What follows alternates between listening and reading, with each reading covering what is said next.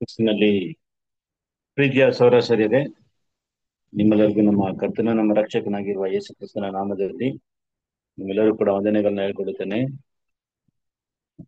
Voice ಕೇಳ್ತಾ ಇದೆಯಲ್ಲ? ಕೇಳಿಸ್ತಿದೆ ಕೇಳಿಸ್ತಿದೆ. Thank you. ಪ್ರೀತಿಯ ಸಹೋದರರೇ, ದೇವರ ಒಂದು ಮಹಾಕೃಪೆಯಿಂದ ತಂದೆಯ ದೇವರು ನಮ್ಮನ್ನೆಲ್ಲ ಕೂಡ ಆತನ ಒಂದು ಕಣ್ಣಿನ ಗುಡ್ಡಂತೆ ಕಾದು ಕಾಪಾಡಿ ಈ ಒಂದು ಸಂಜೆ ವೇಳೆಯಲ್ಲಿ ಆತನ ಒಂದು ಸನ್ನಿಧಾನದಲ್ಲಿ ಒಂದುಗೂಡಿಸಿ ಆತನ ವಾಕ್ಯವನ್ನು ಧ್ಯಾನಿಸೋದಕ್ಕೆ ನಮಗೆ ಕೃಪೆ ಮಾಡಿದ್ದಕ್ಕಾಗಿ ನಾವೆಲ್ಲರೂ ಕೂಡ ನಮ್ಮ ತಂದೆಯ ದೇವರಿಗೆ ನಮ್ಮ ಕರ್ತನಾದ ಯೇಸು ಕ್ರಿಸ್ತನ ನಾಮದಲ್ಲಿ ನಾವು ಸ್ತುತಿ ಸ್ತೋತ್ರಗಳನ್ನ ಕೂಡ ಈ ಸಮಯದಲ್ಲಿ ಸಲ್ಲಿಸೋಣ. ಪ್ರಿಯ ಸಹೋದರರೇ, ದೇವರ ಕೃಪೆಯಿಂದ ನಾವು ಕಳೆದ ದಿನದಿಂದ ದೇವದರ್ಶನ ಗುಡರ ಎಂಬ ಪಾಠವನ್ನು ನಾವು ಧ್ಯಾನಿಸ್ತಾ ಬರ್ತಾ ಇದ್ದೀವಿ. ಅದರಲ್ಲಿ ಕಳೆದ ಪಾಠದಲ್ಲಿ ನಾವು ನೋಡೋದಾದ್ರೆ 10ನೆಯ ಪಾಠವನ್ನು ನಾವು ಧ್ಯಾನಿಸ್ತಾ ಬರ್ತಾ ಇದ್ದೀವಿ. ಪಾಠ 10. ಪಾಠದ ಒಂದು ಟಾಪಿಕ್ ಏನಂತ ನೋಡ್ಬೇಕಾದ್ರೆ ಇತರ ಒಳನೋಟಗಳು ಎಂಬ ಒಂದು ಟಾಪಿಕ್ ಅಲ್ಲಿ ನಾವು ಪಾಠವನ್ನ ಧ್ಯಾನಿಸ್ತಾ ಇದ್ದೀವಿ. ಪಾಠ 10ನೆಯ ಪಾಠ, ಚಾಪ್ಟರ್ 10. ಆಂಗ್ಲದಲ್ಲಿ ನೋಡೋದಾದ್ರೆ ಅದರ್ ಸೈಟ್ ಅಂತ ಒಂದು ಟಾಪಿಕ್. ಪ್ರೀತಿಯ ಸದಸ್ಯರೇ, ಇದುವರೆಗೆ ನಾವು ದೇವದರ್ಶನ ಗುಡಾರದಲ್ಲಿರುವಂತಹ ವಸ್ತುಗಳ ಬಗ್ಗೆ ನಾವು ಏನ್ ಮಾಡಿದ್ವಿ, ನಾವು ಓದ್ತಾ ಬಂದು ಅಂದ್ರೆ ಅಂಗಲ ಬಗ್ಗೆ ಮತ್ತು ಪವಿತ್ರ ಸ್ಥಳ, ಅತಿ ಪವಿತ್ರ ಸ್ಥಳ, ಇವುಗಳು ಹೇಗೆ ಕಟ್ಟಲ್ಪಟ್ಟಿತ್ತು, ಅದರ ಅಳತೆಗಳು ಏನು ಮತ್ತು ಅದರಲ್ಲಿರುವಂತ ಆತ್ಮಿಕ ಪಾಠಗಳು ಏನು, ದೇವರ ಯೋಜನೆಗಳು ಏನೆಂಬುದಾಗಿ ನೋಡ್ತಾ ಬಂದು, ಆ ನಂತರ ಅದರಲ್ಲಿರುವಂತ ವಸ್ತುಗಳು ಅಂದ್ರೆ ಬಲಿಪೀಠ ಮತ್ತು ಗಂಗಾಲ, ಧೂಪ, ಇದು ದೀಪಸ್ತಂಭ, ಮೇಜು ಮತ್ತು ಧೂಪವೇದಿ, ಈ ರೀತಿಯಾಗಿ ನಾವು ಕಳೆದ ಪಾಠದಲ್ಲಿ ನಾವು ಧ್ಯಾನಿಸ್ತಾ ಬಂದು ಪ್ರಿಯರೇ. ಸರಿ, ಈ ಒಂದು 10ನೇ ಪಾಠದಿಂದ ನಾವು ಧ್ಯಾನ ಮಾಡೋದು ಏನ್ ವಿಷಯ ಅಂತ ನೋಡ್ಬೇಕಾದ್ರೆ, ಈ ಒಂದು ದೇವದರ್ಶನ ಗುಡಾರದಲ್ಲಿ ಸೇವೆ ಮಾಡಿರುವಂತಹ ಸೇವಕರ ಬಗ್ಗೆ ಮತ್ತು ಈ ದೇವದರ್ಶನ ಗುಡಾರವು ಪ್ರಯಾಣ ಮಾಡುವಾಗ ಯಾವ ರೀತಿ ಪ್ರಯಾಣಗಳು ಮಾಡಲ್ಪಟ್ಟಿತ್ತು, ಯಾರ್ಯಾರಿಗೆ ಏನೇನು ಕೆಲಸಗಳು ಕೊಡಲ್ಪಟ್ಟಿತ್ತು ಎಂಬ ವಿಚಾರಗಳನ್ನ ಈ ಪಾಠದಲ್ಲಿ ಏನ್ ಮಾಡೋಣ, ನಾವು ಧ್ಯಾನಿಸೋಣ. ಪ್ರೀತಿಯ ಸದಸ್ಯರೇ, ನಾವು ಕಳೆದ ಪಾಠದಲ್ಲಿ ನಾವು ನೋಡಿದೋ ಅದನ್ನ ಒಂದು ಶಾರ್ಟ್ ರಿವಿಷನ್ ನೋಡಿಕೊಂಡು ನಾವು ಹೋಗೋಣ. ಅಂದ್ರೆ ಇಸ್ರಾಯೇಲರು 40 ವರ್ಷ ಕಾಲ ಅರಣ್ಯದಲ್ಲಿ ಅವರು ಅಲೆದಾಡ್ತಾ ಇದ್ರು. ಆ ಸಮಯದಲ್ಲಿ ಅವರ ಒಂದು ಡೇರೆಗಳು ಯಾವ ರೀತಿಯಾಗಿ ಅವರು ತಮ್ಮ ಡೇರೆಗಳನ್ನ ಹಾಕ್ತಾ ಇದ್ರು ಅಂತ ನೋಡೋದಾದ್ರೆ, ಯಾವಾಗ್ಲೂ ದೇವದರ್ಶನ ಗುಡಾರವೇ ಮಧ್ಯದಲ್ಲಿತ್ತು. ಅವರ ಮಧ್ಯದಲ್ಲಿ ಬೇರೆ ಅವ್ರನ್ನ ದೇವರು ನಡೆಸೋದಕ್ಕಾಗಿ ಒಂದು ಯೋಜನೆ ಮಾಡಿದ್ರು. ಅವ್ರನ್ನ ಪ್ರಯಾಣ ಪಡಿಸೋದಕ್ಕೆ ಮತ್ತು ಅವ್ರು ಎಲ್ಲೆಲ್ಲಿ ತಮ್ಮ ಗುಡಾರಗಳನ್ನ ಹಾಕಿ ತಮ್ಮ ಪಾಳೆಯವನ್ನ ಅವರು ತಂಗೋದು ಹೆಂಗೆ ಎಂಬ ವಿಷಯಗಳ ಬಗ್ಗೆ ದೇವರು ಅವರಿಗೆ ಒಂದು ಡಿಸಿಪ್ಲಿನ್ ಆಗಿ ಒಂದು ಪ್ಲಾನಿಂಗ್ ಕೊಟ್ಟಿದ್ರು. ಅದೇನಪ್ಪ ಅಂದ್ರೆ ಈ ಮೇಘಸ್ತಂಭ ಇದು ರಾತ್ರಿ ವೇಳೆಯಲ್ಲಿ ಏನಾಗುತ್ತೆ ಅಂದ್ರೆ ಅಗ್ನಿ ಸ್ತಂಭವಾಗಿ ಇದು ಕಾಣುತ್ತದೆ. ಅಲ್ಲಿರೋರಿಗೆ ಬೆಳಕು ಕೊಡುತ್ತೆ. ಹಗಲಲ್ಲಿ ಮೇಘಸ್ತಂಭವಾಗಿ ಇರ್ತದೆ. ಸೊ ಈ ಮೇಘಸ್ತಂಭ ಹೊರಡುವಾಗ ಇಸ್ರಾಯೇಲರು ತಮ್ಮ ಪ್ರಯಾಣಗಳು ಮಾಡ್ತಾ ಇದ್ರು. ಈ ಮೇಘಸ್ತಂಭವು ಎಲ್ಲಿ ತಂಗುತ್ತೋ ಅಲ್ಲಿ ಇವರು ತಮ್ಮ ಗುಡಾರಗಳನ್ನ ಹಾಕಿ ಅಲ್ಲಿ ತಂಗ್ತಾ ಇದ್ರು. ಪ್ರಿಯರೇ, ಈ ಮೇಘಸ್ತಂಭ ಎಲ್ಲಿ ನಿಲ್ಲುತ್ತೋ ಅದರ ಕೆಳಗೆ ಇಸ್ರಾಯೇಲರು ಈ ದೇವದರ್ಶನ ಗುಡಾರ ಹಾಕಲ್ಪಟ್ಟಿತ್ತು. ಮತ್ತು ಈ ದೇವದರ್ಶನ ಗುಡಾರ ಸುತ್ತಲೂ ಇಸ್ರಾಯೇಲರು ತಮ್ಮ ತಮ್ಮ ಗುಡಾರಗಳನ್ನ ಹಾಕ್ತಾ ಇದ್ರು ಅಂತ ಕೂಡ ನಾವು ನೋಡಿದ ಕಳೆದ ಪಾಠದಲ್ಲಿ. ಅದೇ ನೋಡಿ ಪ್ರಿಯರೇ, ಈ ಚಾಟ್ ಅಲ್ಲಿ ನೋಡ್ಬೋದು. ಅಂದ್ರೆ ದೇವದರ್ಶನ ಗುಡಾರ ಇಲ್ಲಿ ಮಧ್ಯದಲ್ಲಿ ಕಾಣುತ್ತೆ, ಈ ಯೆಲ್ಲೋ ಕಲರ್ ಅಲ್ಲಿ. ಅದರ ಸುತ್ತಲೂ ಲೇವಿಯರಲ್ಲಿ 4 ತರಗತಿಗಳಿತ್ತು. ಒಂದು ಗೆರ್ಸಮ್, ಗೋಗಾತು, ಮೆರಾರಿ ಎಂಬ ಲೇವಿಯ ಮಕ್ಕಳು, ಅವರ ವಿಭಾಗಗಳು ಇಲ್ಲಿ ನಾವು ನೋಡ್ತೀವಿ. ಅವರು ಈ ದೇವದರ್ಶನ ಗುಡಾರಕ್ಕೆ ಹತ್ರ ಇದ್ರು. ಮತ್ತು ದೇವದರ್ಶನ ಗುಡಾರದ ಬಾಗಿಲಿನ ಕಡೆಗೆ ಅಂದ್ರೆ ಈಸ್ಟ್ ವರ್ಡ್ ಅಲ್ಲಿ ಯಾರಿದ್ರು ಅಂತ ನೋಡ್ಬೇಕಾದ್ರೆ ಮೋಸೆ ಮತ್ತು ಆರೋನ್ ಅವರ ಗುಡಾರವು ಹಾಕಲ್ಪಟ್ಟಿತ್ತು. ಇಸ್ರಾಯೇಲರು ಈ ದೇವದರ್ಶನ ಗುಡಾರದಿಂದ ತುಂಬಾ ದೂರ ಇದ್ರು. ಅಂದ್ರೆ ಸುಮಾರು 2,000 ಮೊಳ ದೂರದಲ್ಲಿ ತಮ್ಮ ಗುಡಾರಗಳನ್ನ ಹಾಕ್ಬೇಕಾಗಿತ್ತು. ಅವರು ಹತ್ರಕ್ಕೆ ಯಾರು ಬರಬಾರ್ದು.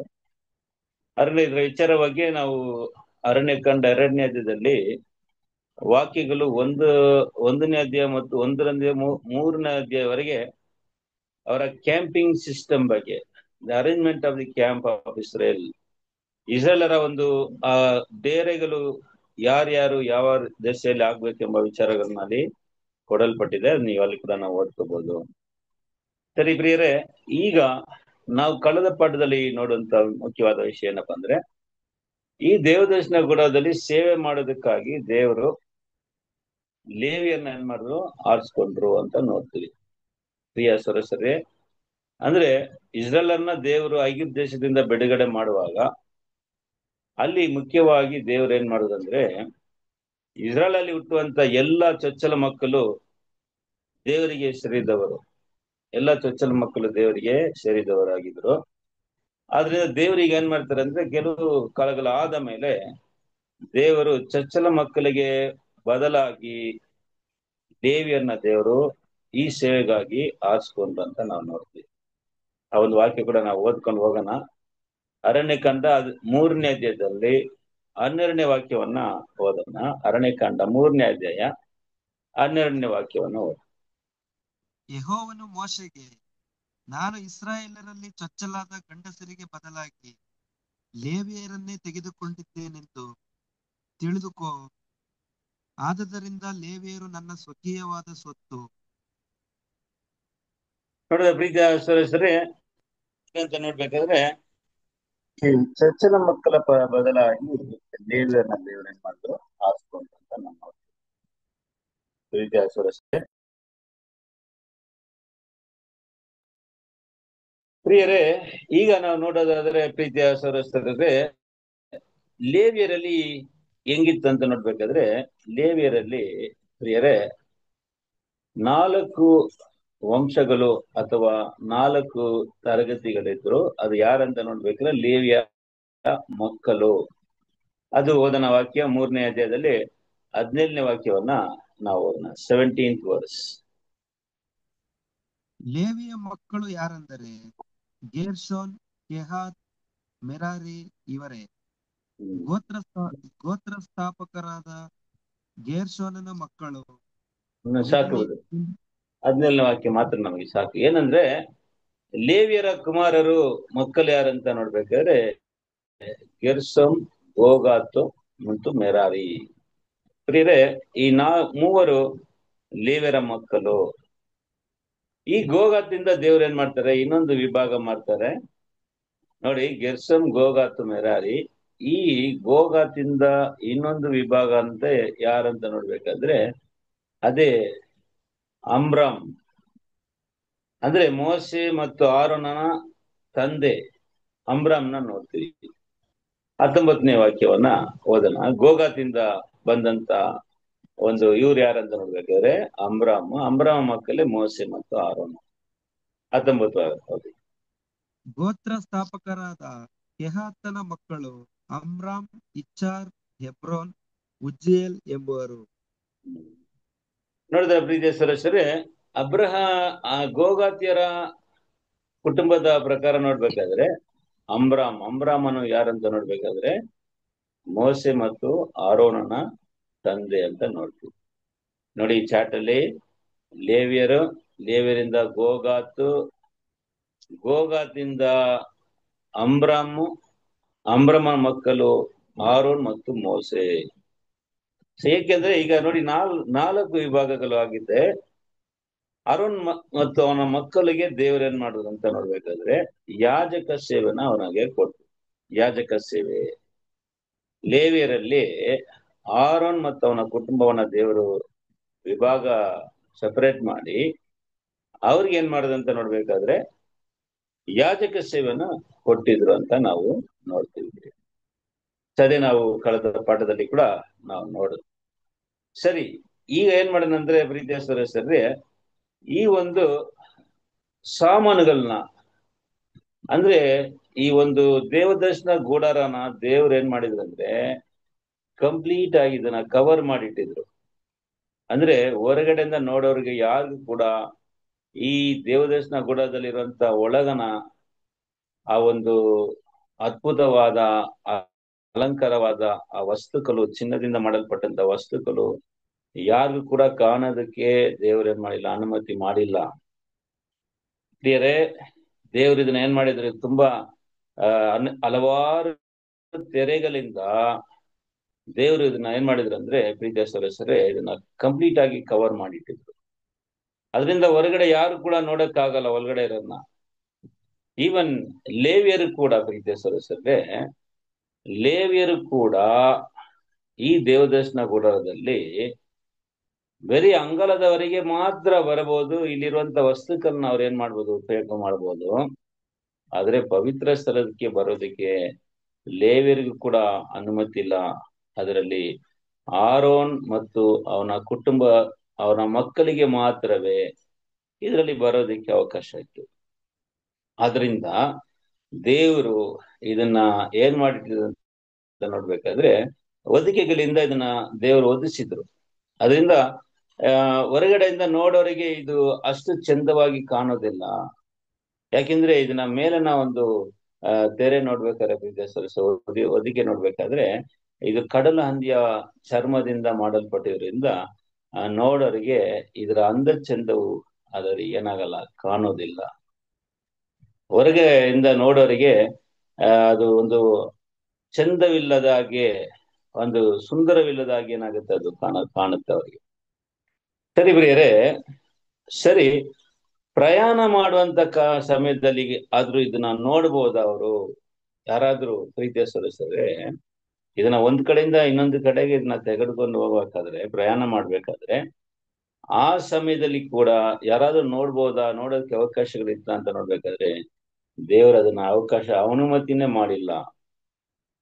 ಅಂದ್ರೆ ಪ್ರಯಾಣ ಮಾಡುವಂತ ಸಮಯಗಳಲ್ಲಿ, ಪ್ರೀತಿಯ ಸದಸ್ಯರು ನೋಡ್ರಿ, ದೇವರು ಇದನ್ನ ಮುಚ್ಚಿ ಕಂಪ್ಲೀಟ್ ಆಗಿ ಇದನ್ನ ಕವರ್ ಮಾಡಿ ಏನ್ ಮಾಡಿದ್ರು, ಇದನ್ನ ಪ್ರಯಾಣ ಮಾಡಿದ್ರು. ಅದನ್ನೇ ಇವತ್ತಿನ ಪಾಠದಲ್ಲಿ ಏನ್ ಮಾಡೋಣ, ನೋಡೋಣ.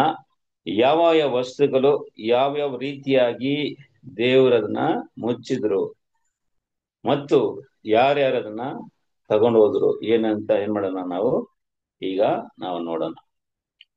ವಾಕ್ಯಗಳು ಓದೋಣ ಬನ್ನಿ. 4ನೇ ಅಧ್ಯಾಯದಲ್ಲಿ, ಅರಣ್ಯಕಾಂಡ 4ನೇ ಅಧ್ಯಾಯದಲ್ಲಿ 4ನೇ ವಾಕ್ಯದಿಂದ ಒಂದೊಂದು ವಾಕ್ಯ ವಾಚನವಾಗಿ ಏನ್ ಮಾಡೋಣ, ನಾವು ಓದೋಣ.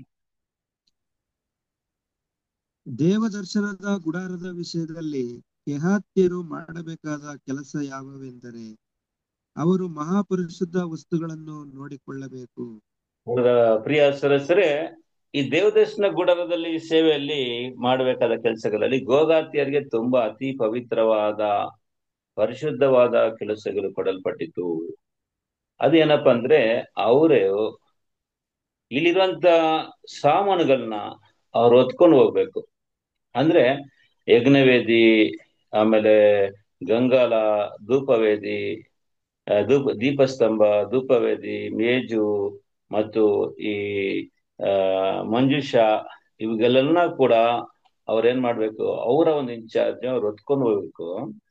ಆದ್ರೆ ಪ್ರಿಯರೇ, ಅದನ್ನ ಅವ್ರೇನ್ ಮಾಡ್ಬಾರ್ದು, ಅದನ್ನ ನೋಡಬಾರ್ದು.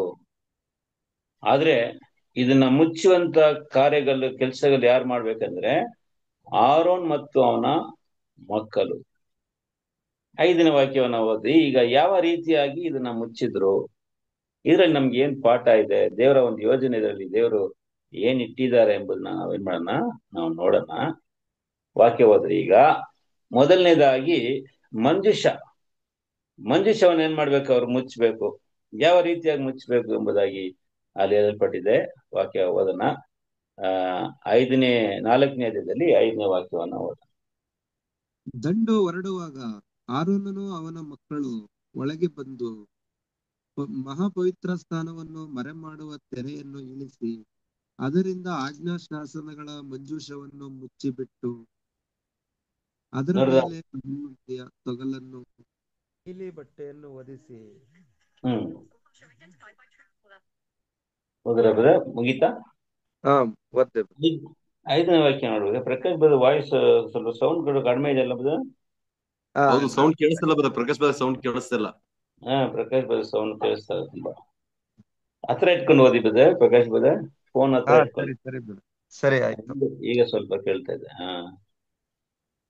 ಸರಿ ಪ್ರಿಯ ಸಹೋದರರೇ, ನಾವು ಇಲ್ಲಿ ಮೊದಲನೇದಾಗಿ ನಾವು ನೋಡೋದಾದ್ರೆ ಈ ಮಂಜೂಷವನ್ನ ಯಾವ ರೀತಿಯಾಗಿ ಮುಚ್ಚಬೇಕು ಅಂತ ಇಲ್ಲಿ ನಾವು ನೋಡ್ಬೇಕಾದ್ರೆ ಪ್ರಿಯರೇ, ಈ ಎರಡನೇ ತೆರೆನ ಫಸ್ಟ್ ಏನ್ ಮಾಡ್ಬೇಕಂದ್ರೆ, ಎರಡನೇ ತೆರೆನ ಅದರ ಮೇಲೆ ಏನ್ ಮಾಡ್ತಾರೆ ಅವರು, ಅದನ್ನ ಇಳಿಸಿ ಅದನ್ನ ಅದ್ರ ಮೇಲೆ ಏನ್ ಮಾಡ್ಬೇಕು, ಮುಚ್ಚಬೇಕು. ಆ ನಂತರ ಅದರ ಮೇಲೆ ಮೊದಲನೇದಾಗಿ ನೋಡಿ, ಎರಡನೇ ತೆರೆ ಅಂದ್ರೆ ಸೆಕೆಂಡ್ ವೇಲ್ ಇತ್ತಲ್ಲ, ಆ ಪವಿತ್ರ ಸ್ಥಳಕ್ಕೂ ಅತಿ ಪವಿತ್ರ ಸ್ಥಳಕ್ಕೂ ಮಧ್ಯದಲ್ಲಿದ್ದಂತ ಆ ತೆರೆನ ಅವ್ರು ಏನ್ ಮಾಡ್ಬೇಕು, ಮೊದಲನೇದಾಗಿ ಅದನ್ನ ಬಿಚ್ಚಿ ಇದನ್ನ ಮುಚ್ಚಬೇಕು. ಅದರ ಮೇಲೆ ಏನಾಗ್ಬೇಕಂತ ನೋಡ್ಬೇಕಾದ್ರೆ, ಅದರ ಮೇಲೆ ಕಡಲ ಹಂದಿಯ ಚರ್ಮವು ಏನ್ ಮಾಡ್ಬೇಕು, ಅದರ ಮೇಲೆ ಮುಚ್ಚಬೇಕು. ಆ ನಂತರ ಲಾಸ್ಟ್ ಅದರ ಮೇಲೆ ಏನಾಗ್ಬೇಕಂತ ನೋಡ್ಬೇಕಾದ್ರೆ, ನೀಲಿ ವಸ್ತ್ರವನ್ನ ಅದರ ಮೇಲೆ ಹಾಕಿ ಏನ್ ಮಾಡ್ಬೇಕು, ಮುಚ್ಚಬೇಕು. ಅದರಿಂದ ಈ ಮಂಜೂಷವು ತೆಗೆದುಕೊಂಡು ಹೋಗ್ಬೇಕಾದ್ರೆ ಪ್ರಯಾಣ ಮಾಡುವಂತ ಸಮಯಗಳಲ್ಲಿ ನೋಡೋರಿಗೆ ಪ್ರಿಯರೇ, ಜನರು ನೋಡುವಂತ ಜನರುಗಳಿಗೆ ಈ ಮಂಜೂಷವು ಯಾವ ಯಾವ ಬಣ್ಣ ಕಾಣ ಬರುತ್ತದೆ ಅಂದ್ರೆ, ಈ ನೀಲಿ ಬಣ್ಣ ಹೊರಗಡೆ ಕಾಣ ಬರುತ್ತದೆ. ಆದ್ರೆ ಈ ತೆರೆ ಒಳಗಡೆ ಹೋಯ್ತು, ಅದರ ಮೇಲೆ ಹಂದಿಯ ಚರ್ಮ, ಕಡಲಂದಿಯ ಚರ್ಮವು ಮತ್ತು ಅದರ ಮೇಲೆ ನೀಲಿ ವಸ್ತ್ರವನ್ನ ಹಾಕಿ ಮುಚ್ಚಿ ಇದನ್ನ ಏನ್ ಮಾಡಿದ್ರು, ಅವರು ತಗೊಂಡು ಹೋದ್ರು. ಸರಿ, ಈಗ ನೆಕ್ಸ್ಟ್ ನೋಡ್ರಿ ಪ್ರಿಯರೇ, ಒಂದೊಂದು ವಿಷಯನ ಕರೆಕ್ಟ್ ಆಗಿ ಗೌನ್ ಹಾಟ್ಕೊಂಡು ನೋಡಿ. ಅದರಲ್ಲಿ ನಮ್ಗೆ ಹಲವಾರು ಪಾಠಗಳಿದೆ. ಇದನ್ನ ಯಾವ ರೀತಿಯಾಗಿ ಅವ್ರು ಮುಚ್ಚಿ ತಗೊಂಡು ಹೋದ್ರು ಅಂತ ನಾವು ನೋಡೋಣ.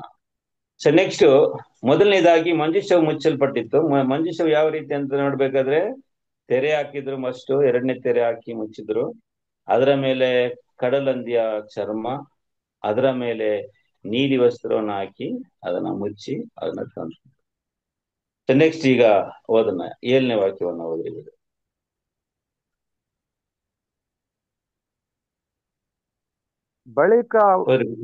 ಬಳಿಕ ಅವರು ಯೆಹೋವನ ಸಮ್ಮುಖದಲ್ಲಿರುವ ಮೇಜಿನ ಮೇಲೆ ನೀಲಿ ಬಟ್ಟೆಯನ್ನು ಹಾಸಿ, ಅದರ ಮೇಲೆ ಮೇಜಿಗೆ ಸೇರಿದ ಹರಿವಾಣಗಳನ್ನು, ಧೂಪಾರತಿಗಳನ್ನು, ಪೂಜೆಗಳನ್ನು, ಪಾನದ್ರವ್ಯಾರ್ಪಣೆಯ ಬಟ್ಟಲುಗಳನ್ನು ಇಡಬೇಕು. ಯಾವಾಗಲೂ ಇರಬೇಕಾದ ರೊಟ್ಟಿಗಳು ಅದರ ಮೇಲೆ ಇರಬೇಕು. ಆಮೇಲೆ ಅವೆಲ್ಲವುಗಳ ಮೇಲೆ ಅವರು ರಕ್ತವರ್ಣದ ಬಟ್ಟೆಯನ್ನು ಹಾಸಿ, ಕಡಲು ಹಂದಿಯ ತೊಗಲನ್ನು ಒದಿಸಿ, ಹೊರುವ ಕೋಲುಗಳನ್ನು ಸೇರಿಸಬೇಕು. ನೋಡಿದ ಪ್ರಿಯ ಸಹೋದರರೇ, ಈಗ ಮೇಜುನ ಯಾವ ರೀತಿಯಾಗಿ ಮುಚ್ಚಿದ್ರು ಅಂತ ನಾವು ನೋಡೋಣ. ಜ್ಞಾಪಕ ಇಟ್ಕೊಳ್ಳಿ ಪ್ರಿಯ. ಈಗ ಮೇಜು ಬಂದು ಮೊದಲು ಏನ್ ಹಾಕಿದ್ರು ಅಂತ ನೋಡ್ಬೇಕಾದ್ರೆ, ಮೊದಲು ಬಂದು ನೀಲಿ ವಸ್ತ್ರವನ್ನ ಅದರ ಮೇಲೆ ಹಾಕಿದ್ರು. ನೋಡ್ರಿ, ನೀಲಿ ವಸ್ತ್ರವನ್ನ ಹಾಕಿ ಮುಚ್ಚಿ ಅದರ ಮೇಲೆ ಈ ರೊಟ್ಟಿ ಮತ್ತು ಆ ಸಾಮಾನುಗಳೆಲ್ಲ ಇಟ್ಟು, ಅದರ ಮೇಲೆ ಏನ್ ಹಾಕಿದ್ರು ಅಂತ ನೋಡ್ಬೇಕಾದ್ರೆ, ಕೆಂಪು ಅಂದ್ರೆ ಕೆಂಪು ಬಣ್ಣದ ವಸ್ತ್ರವನ್ನ ಹಾಕ್ಬೇಕು. ಅದರ ಮೇಲೆ ಪ್ರೀತಿಯ ಸಹೋದರರೇ, ಕಡಲಂದಿಯ ಚರ್ಮವನ್ನ ಏನ್ ಮಾಡಿದ್ರು, ಹಾಕಿದ್ರು. ಜ್ಞಾಪಕ 3 ವಿಷಯಗಳು.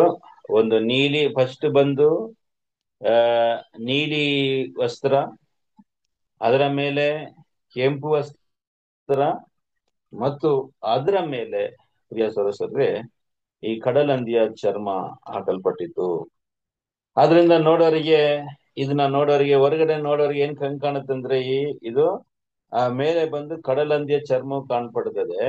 ಆದ್ರೆ ಅದರ ಒಳಗೆ ಇರುವಂತ ನೀಲಿ ಬಣ್ಣ ಮತ್ತು ಕೆಂಪು ಬಣ್ಣ ವಸ್ತ್ರವರೆಗೆ ಏನಾಗಲ್ಲ, ಕಾಣಲ್ಲ ಅಂತ ನಾವು ನೋಡ್ತೀವಿ.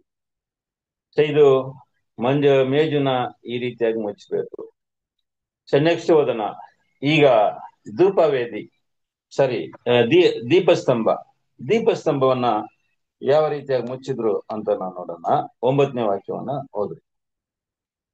ಆಮೇಲೆ ಅವರು ದೀಪಸ್ತಂಭವನ್ನು, ಅದಕ್ಕೆ ಸಂಬಂಧಪಟ್ಟ ಅಣತೆಗಳನ್ನು, ಕತ್ತರಿಗಳನ್ನು, ದೀಪದ ಕುಡಿ ತೆಗೆಯುವ ಬಟ್ಟಲುಗಳನ್ನು, ಎಣ್ಣೆಯ ಪಾತ್ರೆಗಳನ್ನು ನೀಲಿ ಬಟ್ಟೆಯಿಂದ ಮುಚ್ಚಿಬಿಟ್ಟು, ಅದಕ್ಕೂ ಅದರ ಎಲ್ಲ ಉಪಕರಣಗಳಿಗೂ ಕಡಲು ಹಂದಿಯ ತೊಗಲನ್ನು ಒದಿಸಿ ಅವುಗಳನ್ನು ಅಡ್ಡದಂಡಕ್ಕೆ ಕಟ್ಟಬೇಕು. ನೋಡ್ರಾ ಪ್ರಿಯರೇ, ಈಗ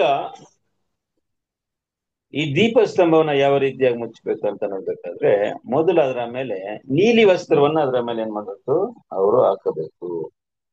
ಇನ್ನ ನೀಲಿ ವಸ್ತ್ರವನ್ನ ಅದರ ಮೇಲೆ ಹಾಕಿ ಅದರ ಎಲ್ಲ ವಸ್ತುಗಳನ್ನ ಇಟ್ಬಿಟ್ಟು ಅದರ ಮೇಲೆ ಕಡಲು ಹಂದಿಯ ಚರ್ಮವನ್ನ ಏನ್ ಮಾಡ್ತಾ ಇದ್ರು, ಹಾಕಿದ್ರು. ನೋಡಿದ್ರಿ ಪ್ರೀತಿಯ ಸದಸ್ಯರಿಗೆ, ಈ ರೀತಿಯಾಗಿ ನಾವು ನೋಡ್ತೀವಿ. ನಾವು ನೀಲಿ ವಸ್ತ್ರ ಅದರ ಮೇಲೆ ಕಡಲು ಹಂದಿಯ ಚರ್ಮವನ್ನ ಏನ್ ಮಾಡಿದ್ರು, ಹಾಕಿದ್ರು ಅಂತ ನೋಡ್ತೀವಿ. ಸರಿ, ಇದು ದೀಪ ಸ್ತಂಭವನ್ನ ಈ ರೀತಿಯಾಗಿ ಮುಚ್ಚಿದ್ರು. ನೆಕ್ಸ್ಟ್ ಧೂಪವೇದಿ. ಧೂಪವೇದಿಯ ವಿಷಯವಾಗಿ ನಾವು ಓದೋಣ. 11ನೇ ವಾಕ್ಯವನ್ನ ಓದಿ, 11th verse. ತರುವಾಯ ಓದಿ 11ನೇ ವಾಕ್ಯ. ತರುವಾಯ ಅವರು ಬಂಗಾರದ ವೇದಿಯ ಮೇಲೆ ನೀಲಿ ಬಟ್ಟೆಯನ್ನು ಹಾಸಿ ಕಡಲು ಹಂದಿಯ ತೊಗಲನ್ನು ಒದಿಸಿ ಓರುವ ಕೋಲುಗಳನ್ನು ಹಾಕಬೇಕು. ಓಕೆ, ಕಂಟಿನ್ಯೂ ಮಾಡಿ. ದೇವಸ್ಥಾನದ ಸೇವೋಪಕರಣಗಳನ್ನೆಲ್ಲ ನೀಲಿ ಬಟ್ಟೆಯಲ್ಲಿ ಇಟ್ಟು ಕಡಲು ಹಂದಿಯ ತೊಗಲನ್ನು ಒದಿಸಿ ಅಡ್ಡದಂಡಕ್ಕೆ ಕಟ್ಟಬೇಕು. ನೋಡಿದ ಪ್ರಿಯ ಸದಸ್ಯರೇ, ಈಗ ನಾವು ನೋಡ್ಬೇಕಾದ್ರೆ ಇದು ಕೂಡ ಸೇಮ್ ಅದೇ ರೀತಿಯಾಗಿ ಮಾಡಲ್ಪಟ್ಟಿತ್ತು. ಹೆಂಗಂದ್ರೆ ನೀಲಿ ವಸ್ತ್ರ ಅದರ ಮೇಲೆ ಕಡಲಂದಿಯ ಚರ್ಮವನ್ನ ಹಾಕಿ ಅದನ್ನ ಕಟ್ಟಿದ್ರು. ನೋಡ್ರಿ ಪ್ರಿಯರೇ, ಮಂಜುಷವನ್ನ ನೋಡಿದ್ರ ಮಂಜುಷವನ್ನ ಯಾವ ರೀತಿ ಮುಚ್ಚಲ್ಪಟ್ಟಿತ್ತಂತ ನೋಡ್ಬೇಕಾದ್ರೆ ಮಂಜುಷ ಬಂದು ಹೊರಗಡೆ ನೋಡೋರಿಗೆ ನೀಲಿ ವಸ್ತ್ರ ಕಾಣಲ್ಪಡ್ತಿತ್ತು.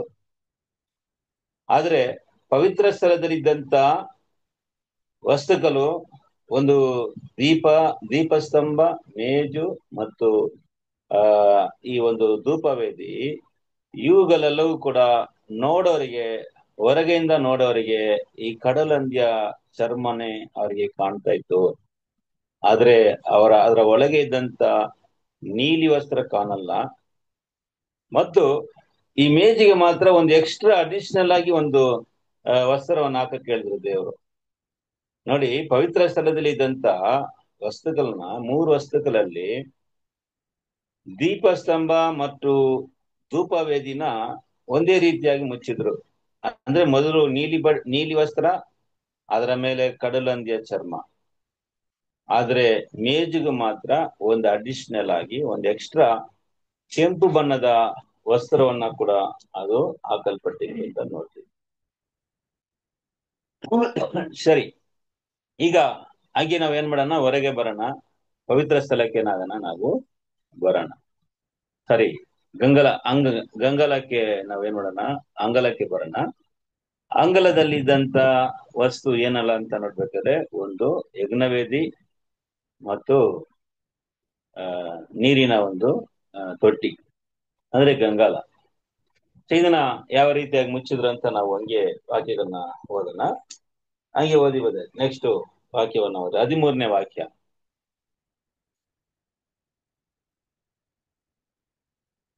ಆಗ ಅವರು ಯಜ್ಞವೇದಿಯ ಬೂದಿಯನ್ನು ತೆಗೆದುಬಿಟ್ಟು ಆ ವೇದಿಯ ಮೇಲೆ ಧೂಮ್ರವರ್ಣದ ಬಟ್ಟೆಯನ್ನು ಹಾಸಿ ಅದಕ್ಕೆ ಸಂಬಂಧಪಟ್ಟ ಅಗ್ಗಿಷ್ಟಿಗೆಗಳು, ಮುಳ್ಳುಗಳು, ಸಲಿಕೆಗಳು, ಬೋಗುಣಿಗಳು ಮುಂತಾದ ಉಪಕರಣಗಳನ್ನೆಲ್ಲ ಮೇಲೆ ಇಟ್ಟು ಕಡಲು ಹಂದಿಯ ತೊಗಲನ್ನು ಒದಿಸಿ ಓರುವ ಕೋಲುಗಳನ್ನು ಹಾಕಬೇಕು.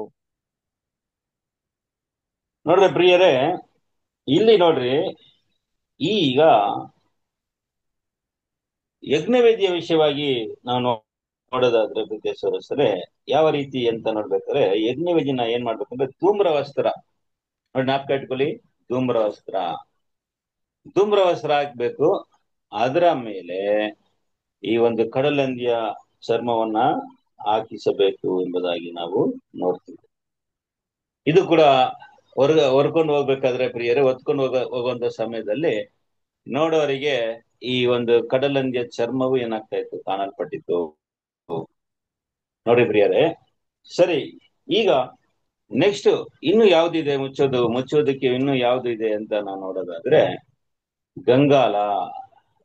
ಪ್ರೀತಿಯ ಸರಸರೇ, ಗಂಗಾಲ ಮುಚ್ಚಲ್ಪಟ್ಟಿತ್ತ, ಅದನ್ನ ಮುಚ್ಚಿ ತಗೊಂಡೋದ್ರ ಅಥವಾ ಹಾಗೆ ತಗೊಂಡೋದ್ರ ಅಂತ ಒಂದು ಪ್ರಶ್ನೆ ನಮ್ಗೇನಾಗುತ್ತೆ ಬರುತ್ತೆ.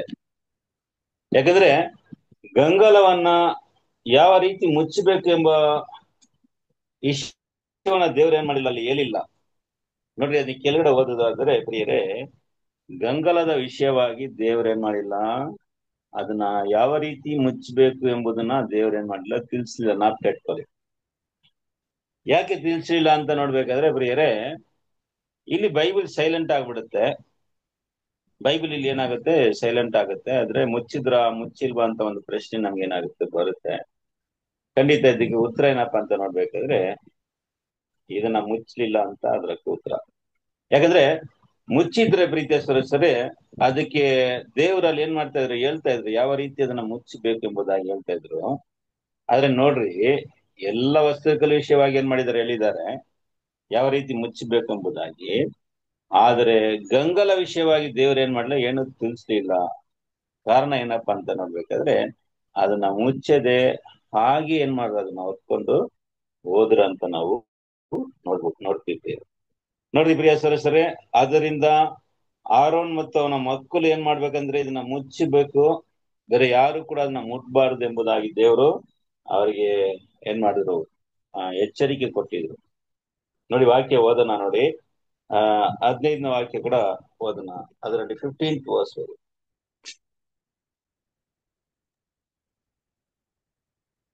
15ನೇ ವಾಕ್ಯ.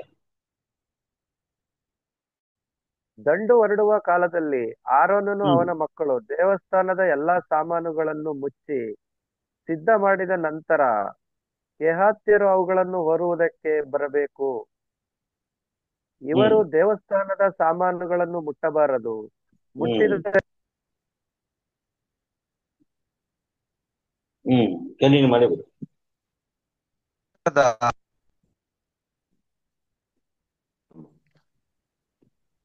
ಗುಡಾರದ ಕಾಲದಲ್ಲಿ ಆರೋನನು ಅವನ ಮಕ್ಕಳು ದೇವಸ್ಥಾನದ ಎಲ್ಲಾ ಸಾಮಾನುಗಳನ್ನು ಮುಚ್ಚಿ ಸಿದ್ಧ ಮಾಡಿದ ನಂತರ ಕೆಹಾತ್ಯರು ಅವುಗಳನ್ನು ಹೊರುವುದಕ್ಕೆ ಬರಬೇಕು. ಇವರು ದೇವಸ್ಥಾನದ ಸಾಮಾನುಗಳನ್ನು ಮುಟ್ಟಬಾರದು, ಮುಟ್ಟಿದರೆ ಸತ್ತಾರು. ದೇವದರ್ಶನದ ಗುಡಾರದ ಸಾಮಾನುಗಳಲ್ಲಿ ಕೆಹಾತ್ಯರು ಹೊರಬೇಕಾದವುಗಳು ಇವೆ. ಪ್ರೀತಿಯ ಸದಸ್ಯರೇ, ಇವರೇ ಅದನ್ನ ಏನ್ ಮಾಡ್ಬೇಕು, ಹೊರಬೇಕಾಗಿತ್ತು. ಆದ್ರೆ ಪ್ರೀತಿಯ ಸದಸ್ಯರೇ, ಆರೋನ್ ಮಕ್ಕಳು ಮಾತ್ರ ಇದನ್ನ ಏನ್ ಮಾಡ್ಬೇಕಂದ್ರೆ ಮುಚ್ಚಬೇಕು. ಅವರು ದೇವಸ್ಥಾನ ಎಲ್ಲಾ ಸಾಮಾನುಗಳನ್ನ ಮುಚ್ಚಿ ಸಿದ್ಧ ಮಾಡಿದ ನಂತರ ಗೇಗಾತಿಯರು ಏನ್ ಮಾಡ್ಬೇಕು, ಬರ್ಬೇಕು. ಆದ್ರೆ ಅದು ಮುಚ್ಚುವಂತ ಸಮಯಗಳಲ್ಲಿ ಅದನ್ನ ಏನ್ ಮಾಡ್ಬಾರ್ದು, ಅವರು ಮುಟ್ಬಾರ್ದು. ಹಂಗಾದ್ರೆ ಹೆಂಗ್ ಹೊತ್ಕೊಂಡು ಹೋಗ್ತಾ ಇದ್ರು ಅಂದ್ರೆ, ಆ ಕೋಲ್ಗಳಿಂದಾನೇ ಹೊತ್ಕೊಂಡು ಹೋಗ್ತಾ ಇದ್ರು. ಅದನ್ನ ಡೈರೆಕ್ಟ್ ಆಗಿ ಹಿಡಿಬಾರ್ದು. ಅದಕ್ಕೆ ಕೋಲ್ ಹಾಕಿದ್ರು. ಕೋಲ್ ಹಾಕ್ಬಿಟ್ಟು ಕೋಲ್ನ ಏನ್ ಮಾಡೋದು, ಅವ್ರು ಹೊತ್ಕೊಂಡು ಹೋಗ್ಬೇಕು. ಪ್ರಿಯರೇ, ಒಂದು ವೇಳೆ ಅದನ್ನ ಮುಟ್ಟಿದ್ರೆ ಅವ್ರಿಗೆ ಏನ್ ದಂಡನೆ ಅಂದ್ರೆ ಸಾವು. ಅದು ಮಾತ್ರ ಅಲ್ಲ ಪ್ರಿಯರೇ, ಅದನ್ನ ಮುಟ್ಲಬಾರ್ದು ಮತ್ತು ನೋಡ್ಲು ಕೂಡ್ದವ್ರು. 20ನೇ ವಾಕ್ಯ ಕೂಡ ಓದೋಣ. ಹೋದ್ರೆ 20. ಕೆಹಾತ್ಯರೇ ಒಳಗೆ ಬಂದು ಒಂದು ಕ್ಷಣವಾದರೂ ಆ ಪರಿಶುದ್ಧ ವಸ್ತುಗಳನ್ನು ನೋಡಬಾರದು, ನೋಡಿದರೆ ಸತ್ತಾರು. ನೋಡ್ರ ಪ್ರೀತಿಯ ಸುರೇಶ, ಎಂತ ಒಂದು ದೇವರ ಆಜ್ಞೆ ಕೊಟ್ಟಿದ್ದಾರೆ ನೋಡಿ ಪ್ರಿಯರೇ. ಅಂದ್ರೆ ಗೇಗಾತ್ಯರು ಮತ್ತು ಬೇರೆ ಲೇವಿಯರೆಲ್ಲರೂ ಕೂಡ ಅಲ್ಲಿ ಎಷ್ಟು ಕಠಿಣವಾದ ಸೇವೆಗಳನ್ನ ಮಾಡಿದ್ರು ಕೂಡ ಅದನ್ನ, ಆ ಪವಿತ್ರವಾದ ವಸ್ತುಗಳನ್ನ ನೋಡೋದಕ್ಕೂ ಅದನ್ನ ಮುಟ್ಟೋದಕ್ಕೂ ಯಾರಿಗೆ ಮಾತ್ರ ಅನುಮತಿ ಇತ್ತು ಅಂತ ನೋಡ್ಬೇಕಾದ್ರೆ ಆರೋನ್ ಮತ್ತು ಅವನ ಮಕ್ಕಳಿಗೆ ಮಾತ್ರ. ಬೇರೆ ಯಾರಿಗೂ ಕೂಡ ದೇವ್ರ ಏನ್ ಮಾಡಿಲ್ಲ, ಅದನ್ನ ಕೊಟ್ಟಿಲ್ಲ ಅಂತ ನಾವು ನೋಡ್ತೀವಿ. ಅದರಿಂದ ಅದನ್ನ ಯಾರು ನೋಡ್ಬಾರ್ದಂತ ದೇವ್ರು ಅದನ್ನ ಕೇರ್ಫುಲ್ ಆಗಿ ಮುಚ್ಚಿಬಿಟ್ಟಿದ್ರು. ಪ್ರಿಯರೇ, ಪ್ರಯಾಣದ ಸಮಯದಲ್ಲಿ ಕೂಡ ಯಾರಿಗೂ ನೋಡಕ್ಕೆ ಅವಕಾಶನೇ ಕೊಟ್ಟಿಲ್ಲ ದೇವರು. ಏನಪ್ಪಾ ಇದು, ಇದರಲ್ಲಿ ನಮ್ಗೆ ಏನ್ ಪಾಠ ಇದೆ ಅಂತ ನಾವೇನ್ ಮಾಡೋಣ, ಇದು ವಿಷಯವಾಗಿ ಈಗ ನೋಡೋಣ. ಪ್ರಿಯರೇ, ಈ ದೇವದರ್ಶನ ಗುಡದಲ್ಲಿ ಇದ್ದಂತ ಎಲ್ಲಾ ಚಿನ್ನದ ವಸ್ತ್ರಗಳು ನಮ್ಗೆ ಏನನ್ನ ಸೂಚಿಸ್ತದೆ ಅಂತ ನೋಡ್ಬೇಕಾದ್ರೆ, ದೇವರ ದೈವಿಕ ಯೋಜನೆಗಳು, ಆತನ ದೈವಿಕವಾದ ಸತ್ಯಗಳು ಆತನ ವಾಕ್ಯಗಳನ್ನ ಅದೇನ್ ಮಾಡುತ್ತೆ ನಮ್ಗೆ ಸೂಚಿಸ್ತದೆ. ಚಿನ್ನದ ವಸ್ತ್ರಗಳು ಅಂತ ನೋಡ್ಬೇಕಾದ್ರೆ ಪ್ರಿಯರೇ, ದೈವಿಕ ಯೋಜನೆಗಳು, ಸಭೆ ಮತ್ತು ಕ್ರಿಸ್ತನ ವಿಷಯವಾಗಿ ಮತ್ತು ಸಭೆಯ ವಿಷಯವಾಗಿ ಹೇಳಲ್ಪಟ್ಟಿರುವಂತಹ ಸತ್ಯಗಳು, ಅದರ ಯೋಜನೆಗಳು. ನೋಡ್ರಿ ಪ್ರಿಯರೇ, ದೇವರು ಯೇಸು ಸ್ವಾಮಿ ಮತ್ತು ಆತನೊಂದಿಗೆ ಕೂಡ 1,44,000 ಮಂದಿ ಜನರನ್ನ ಈ ಭೂಮಿಯಿಂದ, ಮನುಕುಲದಿಂದ ಆರಿಸ್ಕೊಂಡು ತನ್ನ ಮಗನಿಗೆ ಮೊದಲಿಗಿತ್ತಿಯಾಗಿ ಅವ್ರನ್ನ ಸೇರ್ಸ್ಕೋಬೇಕು, ತನ್ನ ಮಗನೊಂದಿಗೆ ಅವ್ರನ್ನ ಮಹಿಮೆಪಡಿಸ್ಬೇಕೆಂಬುದಾಗಿ ದೇವರ ಒಂದು ದಿವ್ಯವಾದ ಒಂದು ಯೋಜನೆ ಇತ್ತು. ಆ ಯೋಜನೆಗಳು ಪ್ರಿಯರೇ, ದೇವರು ಎಲ್ಲರಿಗೂ ಮರೆ ಮಾಡಿ ಬರೀ ಆರೋನನ ಮಕ್ಕಳಿಗೆ ಮಾತ್ರ ದೇವ್ರು ಅದನ್ನ ಏನ್ ಮಾಡಿದ್ರು, ಅದನ್ನ ಹೊರಪಡಿಸಿದ್ರು. ಬೇರೆ ಯಾರಿಗೂ ಕೂಡ ದೇವ್ರು ಏನ್ ಮಾಡಿಲ್ಲ, ಅದನ್ನ ಹೊರಪಡಿಸಲಿಲ್ಲ. ಅವ್ರಿಗೆ ನೋಡೋದಕ್ಕೆ ಅನುಮತಿ ಕೊಟ್ಟಿಲ್ಲ, ಅದನ್ನ ಮುಟ್ಟೋದಕ್ಕೆ ಅನುಮತಿ ಕೊಟ್ಟಿಲ್ಲ ಅಂತ ನಾವು ನೋಡ್ತೀವಿ. ಇದು ನಮ್ಗೆ ಏನಪ್ಪ ಸೂಚಿತ ಪ್ರಿಯರೇ, ದೇವರು ಒಂದು ವಿಶೇಷವಾದ ಜನರಿಗೆ ಮಾತ್ರ ತನ್ನ ದೈವಿಕ ಯೋಜನೆಗಳು ತಿಳಿಯಬೇಕು, ಅವ್ರು ಮಾತ್ರ ಅದನ್ನ ನೋಡ್ಬೇಕಂದ್ರೆ ಅರ್ಥ ಮಾಡ್ಕೋಬೇಕು, ಅವ್ರು ಮಾತ್ರ ಅದನ್ನ ಅನುಭವಿಸ್ಬೇಕು. ಮುಟ್ಟೋದಂದ್ರೆ ಅದನ್ನ ಅನುಭವಿಸ್ಬೇಕು, ಅದನ್ನ ತಮ್ಮ ಜೀವಿತದಲ್ಲಿ ಆ ಸತ್ಯವನ್ನ ಏನ್ ಮಾಡ್ತಾರೆ ಅಂದ್ರೆ ಪ್ರಿಯರೇ, ಅವ್ರು ಅದನ್ನ ಅನುಭವಿಸ್ತಾರೆ. ಅಂತವರಿಗೆ ಮಾತ್ರವೇ ಇದು ಕೊಡಲ್ಪಟ್ಟಿದೆ. ಮಿಕ್ಕು ಯಾರಿಗೂ ಕೂಡ, ಹೆಸರು ಕ್ರೈಸ್ತರಿಗಾಗ್ಲಿ ಲೋಕದವರಿಗೆ ಆಗ್ಲಿ ದೇವರು ಇದನ್ನ ಏನ್ ಮಾಡ್ಬಿಟ್ರಂದ್ರೆ ಮರೆ ಮಾಡಿದ್ದಾರೆ. ಅದಕ್ಕೆ ಸಂಬಂಧವಾದ ವಾಕ್ಯಗಳನ್ನ ನಾವು ಏನ್ ಮಾಡೋಣ, ಈಗ ನಾವು ಓದೋಣ. ನೋಡ್ರಿ, ಇದನ್ನ ದೇವರು ಯಾವಾಗ ಇದನ್ನ ಈ ಯೋಜನೆಗಳನ್ನ ಮಾಡಿದ್ರು, ಯೇಸು ಕ್ರಿಸ್ತನು ಮತ್ತು ಯೇಸು ಕ್ರಿಸ್ತನೊಂದಿಗೆ ಈ 1,44,000 ಜನರನ್ನ ಈ ಮನುಕುಲದಿಂದ, ಪಾಪಿಗಳ ಮಧ್ಯೆಯಿಂದ ಆರಿಸ್ಕೊಂಡು ತನ್ನ ಮಗನ ಸ್ವರೂಪಕ್ಕೆ ಅವ್ರನ್ನ ಮಾರ್ಪಡಿಸಿ ತನ್ನ ಮಗನಿಗೆ ಮೊದಲಿಗೀತಿಯಾಗಿ ಅವ್ರನ್ನ ಮಹಿಮೆಪಡಿಸೆಂಬುದಾಗಿ ದೇವರ ಈ ಯೋಜನೆವು ಯಾವಾಗ ದೇವರು ಮಾಡಿದ್ರಂತ ನೋಡ್ಬೇಕಾದ್ರೆ, ಲೋಕ ಉತ್ಪತ್ತಿಗೆ ಮುಂಚಿತವಾಗಿ. ಬನ್ನಿ ಕೆಲವು ವಾಕ್ಯಗಳನ್ನ ನಾವು ಓದೋಣ. ದೇವರು ಇದನ್ನ ಯಾವ ರೀತಿ ಎಲ್ಲರಿಗೂ ಮರೆ ಮಾಡಿದ್ದಾರೆ ಎಂಬುದಾಗಿ ನಾವು ನೋಡೋಣ. ಬನ್ನಿ, 1ನೇ ಕೊರಿಂಥದವರಿಗೆ 2ನೇ ಅಧ್ಯಾಯದಲ್ಲಿ 7ನೇ ವಾಕ್ಯದಿಂದ ಕೆಲವು ವಾಕ್ಯಗಳನ್ನ ನಾವು ಓದೋಣ. 1ನೇ ಕೊರಿಂಥದವರು 2ನೇ ಅಧ್ಯಾಯದಲ್ಲಿ 7ರಿಂದ ಕೆಲವು ವಾಕ್ಯಗಳು.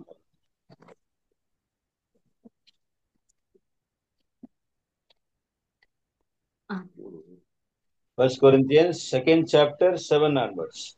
ಇದುವರೆಗೆ ಗುಪ್ತವಾಗಿದ್ದ ಸತ್ಯಾರ್ಥವನ್ನು ತಿಳಿಸುವಲ್ಲಿ ದೇವರ ಜ್ಞಾನವನ್ನೇ ಹೇಳುತ್ತೇವೆ.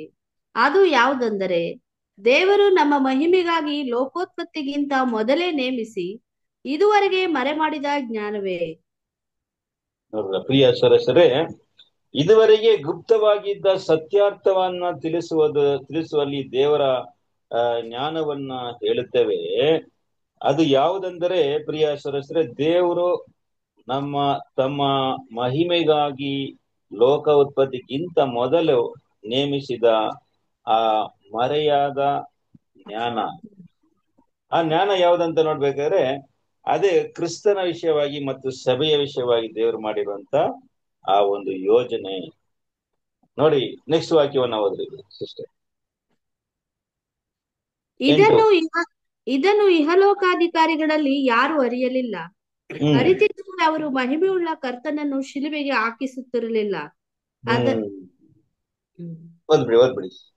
ಆದರೆ ಬರೆದಿರುವ ಪ್ರಕಾರ ದೇವರು ತನ್ನನ್ನು ಪ್ರೀತಿಸುವವರಿಗಾಗಿ ಸಿದ್ಧ ಮಾಡಿರುವಂತದ್ದೆಲ್ಲವನ್ನು ಕಣ್ಣು ಕಾಣಲಿಲ್ಲ, ಕಿವಿ ಕೇಳಲಿಲ್ಲ, ಅದರ ಭಾವನೆಯು ಮನುಷ್ಯನ ಹೃದಯದಲ್ಲಿ ಹುಟ್ಟಲಿಲ್ಲ.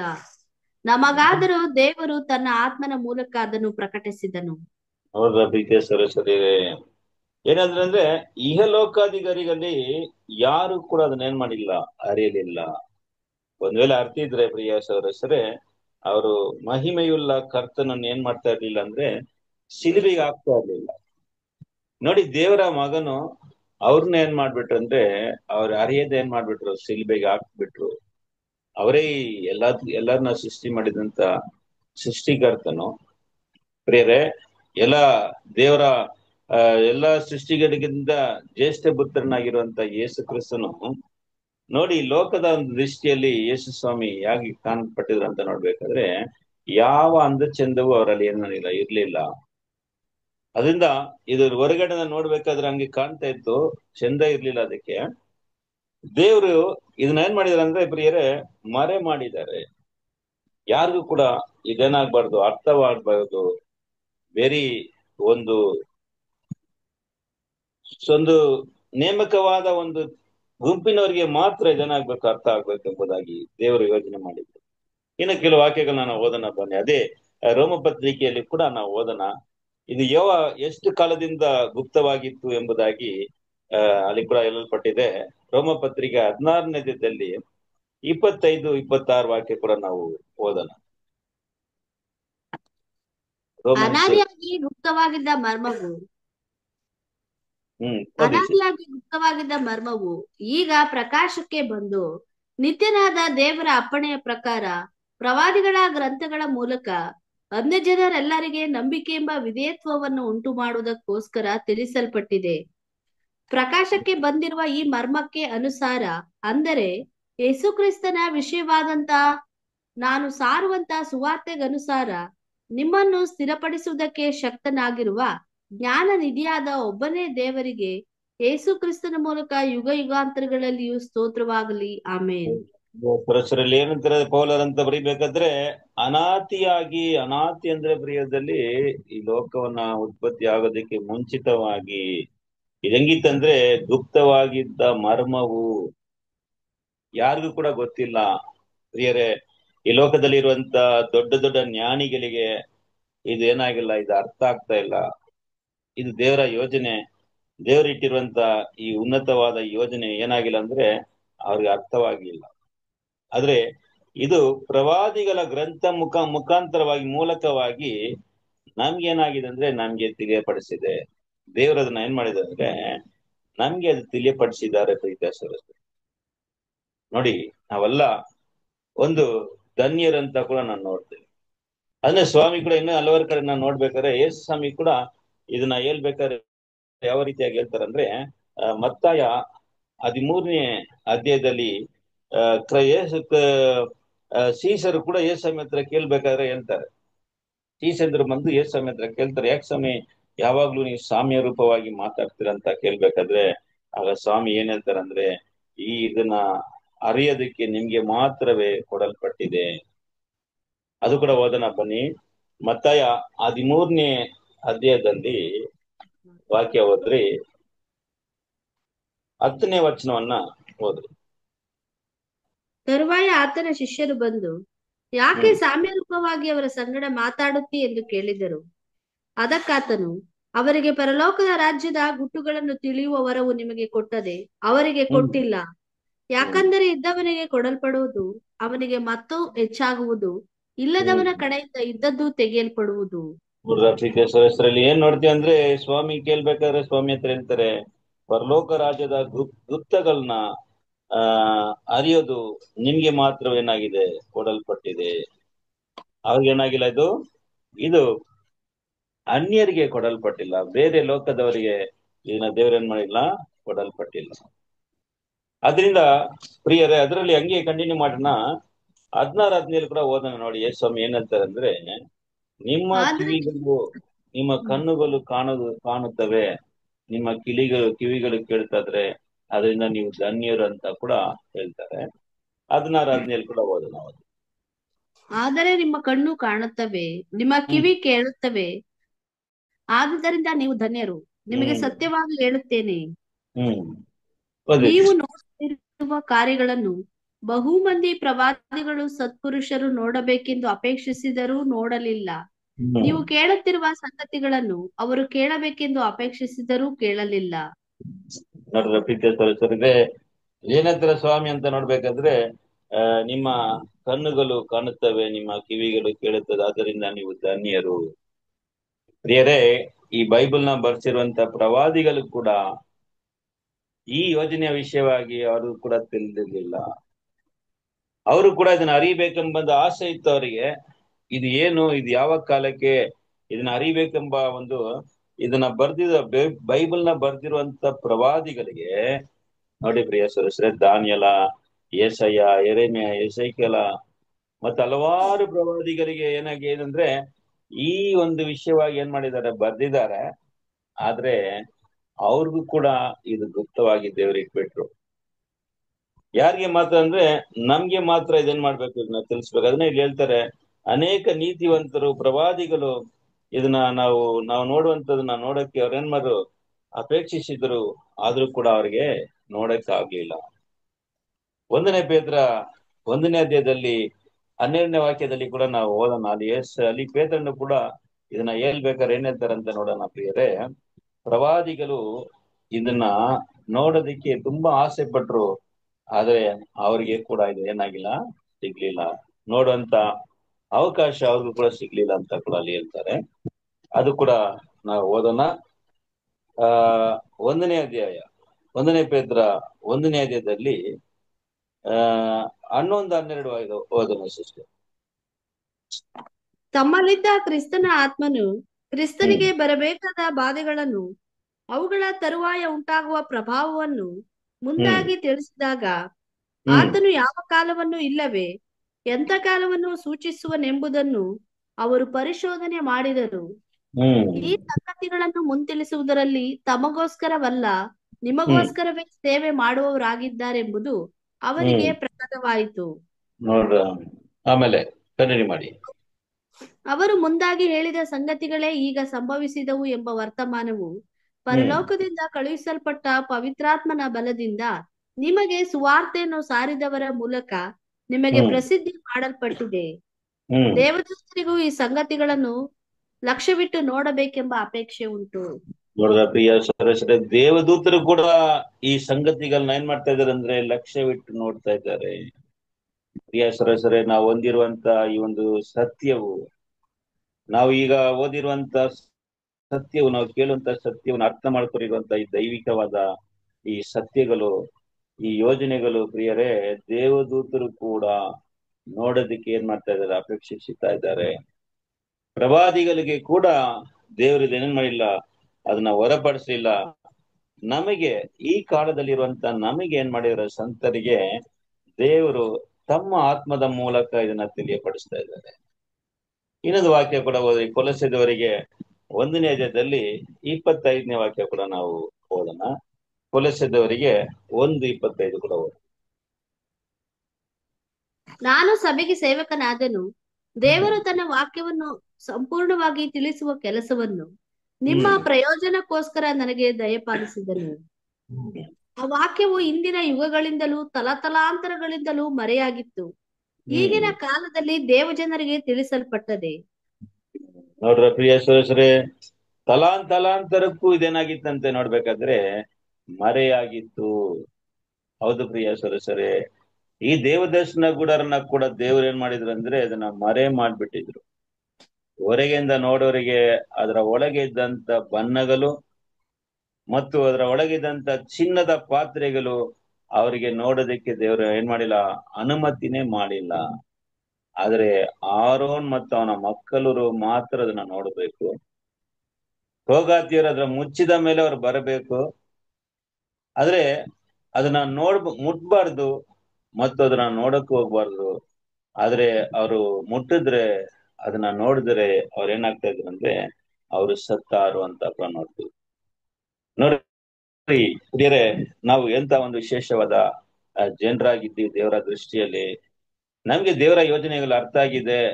ದೇವರ ಯೋಜನೆಗಳನ್ನ ನಾವು ನಮ್ಮ ಜೀವನದಲ್ಲಿ ಅದನ್ನ ಅನುಭವಿಸ್ತಾ ಇದ್ದೀವಿ ಅಂತ ನೋಡೋದಾದ್ರೆ ನಾವು ನಿಜವಾಗ್ಲಿ ನಾವು ಧನ್ಯರು. ಇದನ್ನ ದೇವರು ಲೋಕದವ್ರಿಗೆ ಏನ್ ಮಾಡಿಲ್ಲ, ಇದನ್ನ ತಿಳಿಯಪಡಿಸಿಲ್ಲ. ನೋಡಿ, ಇದನ್ನ ಯೇಸುಸ್ವಾಮಿ ಕೂಡ ಹೇಳ್ಬೇಕಾದ್ರೆ ಇನ್ನೊಂದ್ ಕಡೆ ಹೇಳ್ತಾರೆ, ಅದು ಕೂಡ ಓದೋಣ. ಮತ್ತಾಯ 11ನೇ ಅಧ್ಯಾಯದಲ್ಲಿ 25ನೇ ವಾಕ್ಯ 26ನೇ ವಾಕ್ಯವನ್ನು ಓದೋಣ. ಮತ್ತಾಯ 11, 25, 26 ಕೂಡ ಓದೋಣ.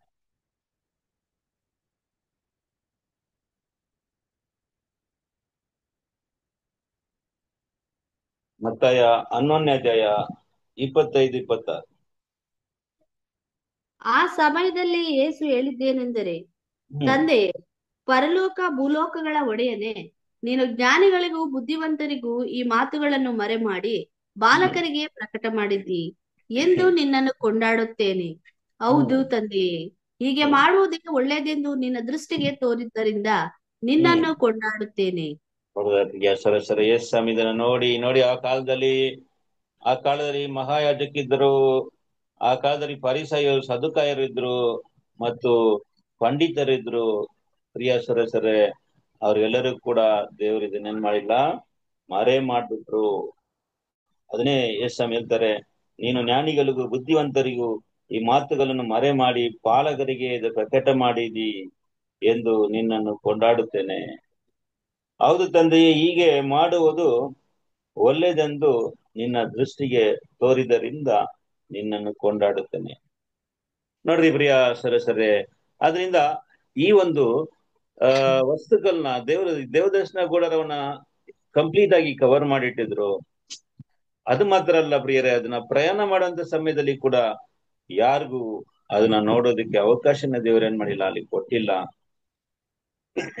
ಅದನ್ನ ಕಂಪ್ಲೀಟ್ ಆಗಿ ಏನ್ ಮಾಡಿದ್ರು, ಅದನ್ನ ಮುಚ್ಚಿದ್ರು. ಆದ್ರಿಂದ ಹೊರಗೆಯಿಂದ ನೋಡೋರಿಗೆ ಅದರ ಒಂದು ಅಂದ ಚಂದ ಕಾಣ್ತಾ ಇರ್ಲಿಲ್ಲ.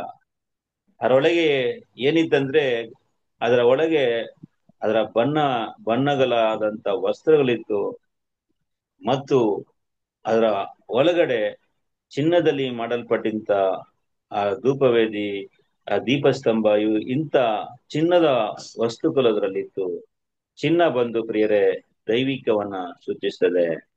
ಅದರಿಂದ ದೈವಿಕ ಯೋಜನೆಗಳು, ದೈವಿಕವಾದ ಸತ್ಯಗಳು, ಇವೆಲ್ಲನ ಕೂಡ ದೇವರು ಏನ್ ಮಾಡಿದ್ದಾರೆ, ಲೋಕದ ದೃಷ್ಟಿಗೆ ಮರೆ ಮಾಡಿದ್ದಾರೆ. ಚೆನ್ನ ಪ್ರಿಯರೇ, ಈಗ ನಾವೇನ್ ಮಾಡೋಣ ಅಂತ ನೋಡ್ಬೇಕಾದ್ರೆ, ಇದರಲ್ಲಿ ಇನ್ನು ನಮ್ಗೆ ಏನ್ ಪಾಠಗಳಿದ್ದು ಅಂತ ಏನ್ ಮಾಡೋಣ, ನಾವು ನೋಡೋಣ ಪ್ರಿಯ. ನೋಡ್ರಿ ಪ್ರೀತಿಯ ಸರಿ, ಈ ದೇವದರ್ಶನ ಗೂಡರ ನೋಡೋದಕ್ಕೆ ಯಾರಿಗೂ ಏನಾಗಲ್ಲ ಅಂದ್ರೆ, ನೋಡೋ ದೃಷ್ಟಿಗೆ ಅದು ಇರ್ತಾ ಇರ್ಲಿಲ್ಲ. ಅದು ನಮ್ಗೆ ಏನನ್ನ ನೋಡಿಸ್ತದೆ ಅಂತ ನೋಡ್ಬೇಕಾದ್ರೆ, ಪ್ರಿಯ ಸರಸ್ರೆ, ಲೋಕದವರು ಯೇಸು ಸ್ವಾಮಿ ಮತ್ತು ಆತನನ್ನ ಹಿಂಬಾಲಿಸುವಂತ ಆತನ ಸಭೆಯನ್ನ ಯಾವ ರೀತಿಯಾಗಿ ನೋಡ್ತಾರೆ, ಅವರ ದೃಷ್ಟಿಯಲ್ಲಿ ನಾವು ಯಾವ ರೀತಿ ಕಾಣ್ತೀವಿ ಎಂಬುದನ್ನ ನೋಡೋದಾದ್ರೆ, ಅವರು ನಮ್ಮಲ್ಲಿ ಯಾವ ಅಂದಚೆಂದು ಅವ್ರು ಏನ್ ಮಾಡ್ತಾ ಇಲ್ಲ, ನೋಡ್ತಾ ಇಲ್ಲ. ಅದನ್ನೇ ನಾವು ಐಸಯ 53ನೇ ಅಧ್ಯಾಯದಲ್ಲಿ ಇದನ್ನ ನಾವು ನೋಡ್ತೀವಿ. ಲೋಕದ ದೃಷ್ಟಿಗೆ ಇದು ಯಾವ ಅಂದಚೆಂದವೂ ಕೂಡ ಅದರಲ್ಲಿ ಏನಾಗಲ್ಲ, ಇರಲ್ಲ ಅಂತ ಕೂಡ ನೋಡ್ತೀವಿ. ಓದನ ಬನ್ರಿ, 53ನೇ ಅಧ್ಯಾಯದಲ್ಲಿ ಒಂದೆರಡು ವಾಕ್ಯವನ್ನ ಹೇಳಿ ಓದನ. ಯೇಸುಸ್ವಾಮಿಯ ವಿಷಯವಾಗಿ ಅಲ್ಲಿ ಇರಲ್ಪಟ್ಟಿರುವಂತ ವಾಕ್ಯ ಇದು. ಯೇಸುಸ್ವಾಮಿಗೆ ಮಾತ್ರ ಅಲ್ಲ, ಆತನ ಜಾಡನ್ನ ಹಿಂಬಾಲಿಸುವಂತ ಆತನ ಸಭೆಗೂ ಕೂಡ ಇದೇ ರೀತಿಯಾಗಿ ಇರ್ತದಂತ ನೋಡ್ತೀವಿ. ಓದನ ಓದಿ 53ರಲ್ಲಿ ಒಂದೆರಡು ವಾಕ್ಯಗಳು ನಾವು ಕೇಳಿದ ಸಂಗತಿಯನ್ನು ನಮ್ಮಲ್ಲಿ ಯಾರು ನಂಬಿದ್ದರು? ಯೆಹೋವನ ಬಾಹು ಯಾರಿಗೆ ಗೋಚರವಾಗಿತ್ತು? ಒಣನೆಲದೊಳಗೆ ಬೇರಿನಿಂದ ಹೊರಡುವ ಅಂಕುರದಂತೆಯೂ ಬುಡದಿಂದ ಒಡೆಯುವ ಚಿಗುರಿನ ಹಾಗೂ ಅವನು ಯೆಹೋವನ ದೃಷ್ಟಿಯಲ್ಲಿ ಬೆಳೆದನು. ಅವನಲ್ಲಿ ಯಾವ ಅಂದಚಂದಗಳು ಇರಲಿಲ್ಲ. ನಾವು ಅವನನ್ನು ನೋಡಿದಾಗ ನೋಡತಕ್ಕ ಯಾವ ಲಕ್ಷಣವೂ ಕಾಣಲಿಲ್ಲ. ನೋಡಿದ್ರ ಪ್ರೀತಿಯ ಸರಸರೇ, ಅಂದ್ರೆ ಕ್ರಿಸ್ತನ ವಿಷಯವಾಗಿ ಇಲ್ಲಿ ಸ್ವಾಮಿ ಹೇಳ್ಬೇಕಾದ್ರೆ, ಅವನನ್ನು ನೋಡ್ಬೇಕಾದ್ರೆ ಯಾವ ಲಕ್ಷಣವೂ ಅವರಲ್ಲಿ ಏನಾಗ್ತಿರ್ಲಿಲ್ಲ, ಅವರಲ್ಲಿ ಕಾಣಲಿಲ್ಲ. ಯಾವ ಅಂದಚಂದವು ಅವರಲ್ಲಿ ಇರ್ಲಿಲ್ಲ ಅಂತ ಕೂಡ ನಾವು ನೋಡ್ತೀವಿ. ಅದರಿಂದ ಈ ಒಂದು ಇದನ್ನ ನೋಡ್ಬೇಕಾದ್ರೆ, ಈ ದೇವದರ್ಶನ ಗೂಡರ ನೋಡೋರು ಹೆಂಗ್ ನೋಡ್ತಾ ಇದ್ರು ಅಂದ್ರೆ, ಈ ಮಾಂಸದ ಹಂದಿಯ ಒಂದು ಕಡಲಂದಿಯ ಚರ್ಮವು ಕಾಣಲ್ಪಟ್ಟಿತ್ತು. ಆ ಕಡಲಂದಿಯ ಚರ್ಮ ನೋಡಕ್ಕೆ ಅಷ್ಟು ಏನಾಗಿರಲ್ಲ, ಅದು ಒಂದು ಅಂದಚಂದವಾಗಿರಲ್ಲ, ಅದರಲ್ಲಿ ರಕ್ಷಣೆ ಇರಲ್ಲ. ಅದೇ ರೀತಿಯಾಗಿ ಯೇಸುಸ್ವಾಮಿ ಮತ್ತು ಅವರ ಸಭೆ ಕೂಡ ಈ ಲೋಕದ ದೃಷ್ಟಿಗೆ ಕಾಣಲ್ಪಡ್ತಾರೆ.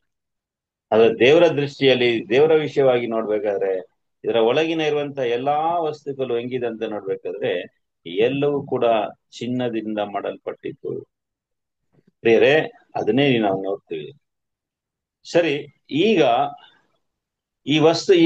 ಈ ಸಾಮಾನುಗಳೆಲ್ಲ ಯಾವ ರೀತಿಯಾಗಿ ಮುಚ್ಚಿದ್ರು ಎಂಬುದನ್ನ ನಾವು ನೋಡೋದಾದ್ರೆ ಪ್ರಿಯ ಸಹೋದರರೇ, ಆ ಸಾಮಾನುಗಳೆಲ್ಲವೂ ಕೂಡ ಯಾವ ರೀತಿಯಾಗಿ ಅವ್ರು ಮುಚ್ಚಿ ತಗೊಂಡು ಹೋದ್ರು ಅಂತ ನಾವೇನ್ ಮಾಡೋಣ, ಈಗ ಅದನ್ನ ಒಂದೊಂದಾಗಿ ನಾವು ನೋಡ್ಕೊಂಡು ಬರೋಣ. ಅದರ ಆತ್ಮಿಕ ಅರ್ಥವು ಹೇಗಿದೆ ಅಂತ ನಾವೇನ್ ಮಾಡೋಣ, ನಾವು ನೋಡೋಣ. ಮೊದಲನೇದಾಗಿ ಮಂಜಿಷದ ಒಂದು ಪೆಟ್ಟಿಯನ್ನ ನಾವು ನೋಡ್ಬೇಕಾದ್ರೆ, ಅದನ್ನ ಏನ್ ಮಾಡ್ತಾರೆ ಅಂತ ನೋಡ್ರಿ ಪ್ರಿಯರೇ, ಅದನ್ನ ಮೊದಲು ಹೆಂಗೆ ಮುಚ್ಚಿದ್ರು ಅಂದ್ರೆ, ಮೊದಲು ತೆರೆನ ಏನ್ ಮಾಡಿದ್ರು, ತೆರೆನ ಹಿಡಿದು ಮುಚ್ಚಿಬಿಟ್ರು. ಅದರ ಮೇಲೆ ಈ ಒಂದು ಹಂದಿ ಮಾಂಸದ ಚರ್ಮವನ್ನ ಹಾಕ್ಬಿಟ್ರು. ಅದರ ಮೇಲೆ ನೀಲಿಯ ಒಂದು ವಸ್ತ್ರವನ್ನ ಹಾಕಿ ಮುಚ್ಚಿದ್ರು. ಪ್ರಿಯರೇ, ನೋಡೋರಿಗೆ ಹೊರಗೆಯಿಂದ ಪ್ರಯಾಣದ ಸಮಯದಲ್ಲಿ ನೋಡೋರಿಗೆ ಈ ಒಂದು ಮಂಜೂಷದ ಪೆಟ್ಟಿ ಯಾವ ರೀತಿಯಾಗಿ ಕಾಣ್ತದೆ ಅಂದ್ರೆ, ಈ ನೀಲಿ ಬಣ್ಣವು ಕಾಣುತ್ತದೆ. ಆದ್ರೆ ಬೇರೆ ವಸ್ತುಗಳನ್ನು ನೋಡೋದಾದ್ರೆ ಗಮನ ಕೊಡ್ರಿ, ಇಲ್ಲಿ ಪವಿತ್ರ ಸ್ಥಳ ಮತ್ತು ಅಂಗಳದಲ್ಲಿದ್ದಂತ ವಸ್ತುಗಳೆಲ್ಲವೂ ಕೂಡ ಹಂದಿ ಮಾಂಸದ ಚರ್ಮವು ಕಡಲಂದಿಯ ಚರ್ಮವು ಏನಾಗ್ತಾ ಇತ್ತು, ಕಾಣ್ತಾ ಇತ್ತು. ಆದ್ರೆ ನೋಡ್ರಿ, ಈ ಒಂದು ಮಂಜುಷ ಮಾತ್ರ ನೋಡೋರಿಗೆ ನೀಲಿ ವಸ್ತ್ರದಿಂದ ಕಾಣ್ಬರ್ತದೆ. ಇದೇನಪ್ಪಾ ಅಂತ ನೋಡ್ಬೇಕಾದ್ರೆ ಬೇರೆ, ನೀಲಿ ನಮ್ಗೆ ಏನನ್ನ ನೋಡಿಸ್ತದೆ ಅಂತ ನೋಡ್ಬೇಕಾದ್ರೆ ನಮ್ಮ ಒಂದು ನಂಬಿಕೆಯನ್ನ ನೋಡಿಸ್ತದೆ. ಫೇತ್ ಅಥವಾ ಫೇತ್ಫುಲ್ನೆಸ್ ನೋಡಿಸ್ತದೆ. ನಾವು ಮುಂದಿನ ಪಾಠದಲ್ಲಿ ನೋಡಿದ್ದೀವಿ ಅಲ್ವಾ? ಈ ಒಂದು ನೀಲಿ ಬಣ್ಣದ ಒಂದು ವಸ್ತ್ರ ನಮ್ಗೆ ಏನು ನೋಡಿಸ್ತದೆ ಅಂದ್ರೆ, ನಮ್ಮಲ್ಲಿರುವಂತ ನಂಬಿಕೆ, ನಮ್ಮ ಒಂದು ನಂಬಿಕೆಷ್ಟೇ, ಫೇತ್ಫುಲ್ನೆಸ್. ನೋಡ್ರಿ ಪ್ರಿಯರೇ, ಈ ಒಂದು ಕಡಲಂದಿಯ ಚರ್ಮ ನಮ್ಗೆ ಏನನ್ನ ನೋಡಿಸ್ತದೆ ಅಂತ ನೋಡ್ಬೇಕಾದ್ರೆ, ನಮ್ಮ ಮಾಂಸಿಕವಾದ ಈ ದೇಹವನ್ನ ನಮ್ಗೆ ಏನ್ ಮಾಡುತ್ತೆ, ನೋಡಿಸ್ತದೆ. ಪ್ರಿಯ ಸರಸರೇ, ಇಲ್ಲಿ ನೋಡ್ರಿ, ಈ ಎರಡನೇ ತೆರೆ ನಮ್ಗೆ ಏನ್ ನೋಡಿಸ್ತದೆ ಅಂತ ನೋಡ್ಬೇಕಾದ್ರೆ, ಯಾರಾದ್ರು ಈ ವಿಷಯನ ಹೇಳ್ರಿ. ನಾವು ಬೈಬಲಲ್ಲಿ ಬೇಸಿಕ್ ಕ್ಲಾಸ್ ಅಲ್ಲಿ ಓದಿರ್ತೀವಿ. ಈ ಸೆಕೆಂಡ್ ವೇಲ್ ನಮ್ಗೆ ಏನನ್ನ ಸೂಚಿಸ್ತದೆ? ದೇವದರ್ಶನ ಗುಡದಲ್ಲಿ ಎರಡನೇ ತೆರೆ ನಮ್ಗೆ ಏನನ್ನ ಸೂಚಿಸ್ತದೆ? ಯಾರು ಗೊತ್ತಿರಲಿಲ್ಲ, ನಾನು ಹೇಳ್ತೀನಿ.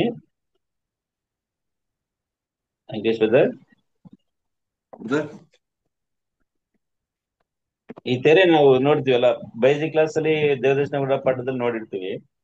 ಮೊದಲನೇ ತೆರೆ ಬಂದು ನಮ್ಮ ದೀಕ್ಷಾ ಸ್ಥಾನವನ್ನು ನೋಡಿಸ್ತದೆ. ಎರಡನೇ ತೆರೆ ಬಂದು ನಮ್ಮ ಮಾಂಸಿಕವಾದ ಮರಣವನ್ನ ತೋರಿಸ್ತದೆ. ಅವರ ಅರ್ಲಿ ಡೆತ್, ನಾವು ಭೂಮಿಯಲ್ಲಿ ಸಾಯುವಂತದನ್ನ ತೋರಿಸ್ತದೆ.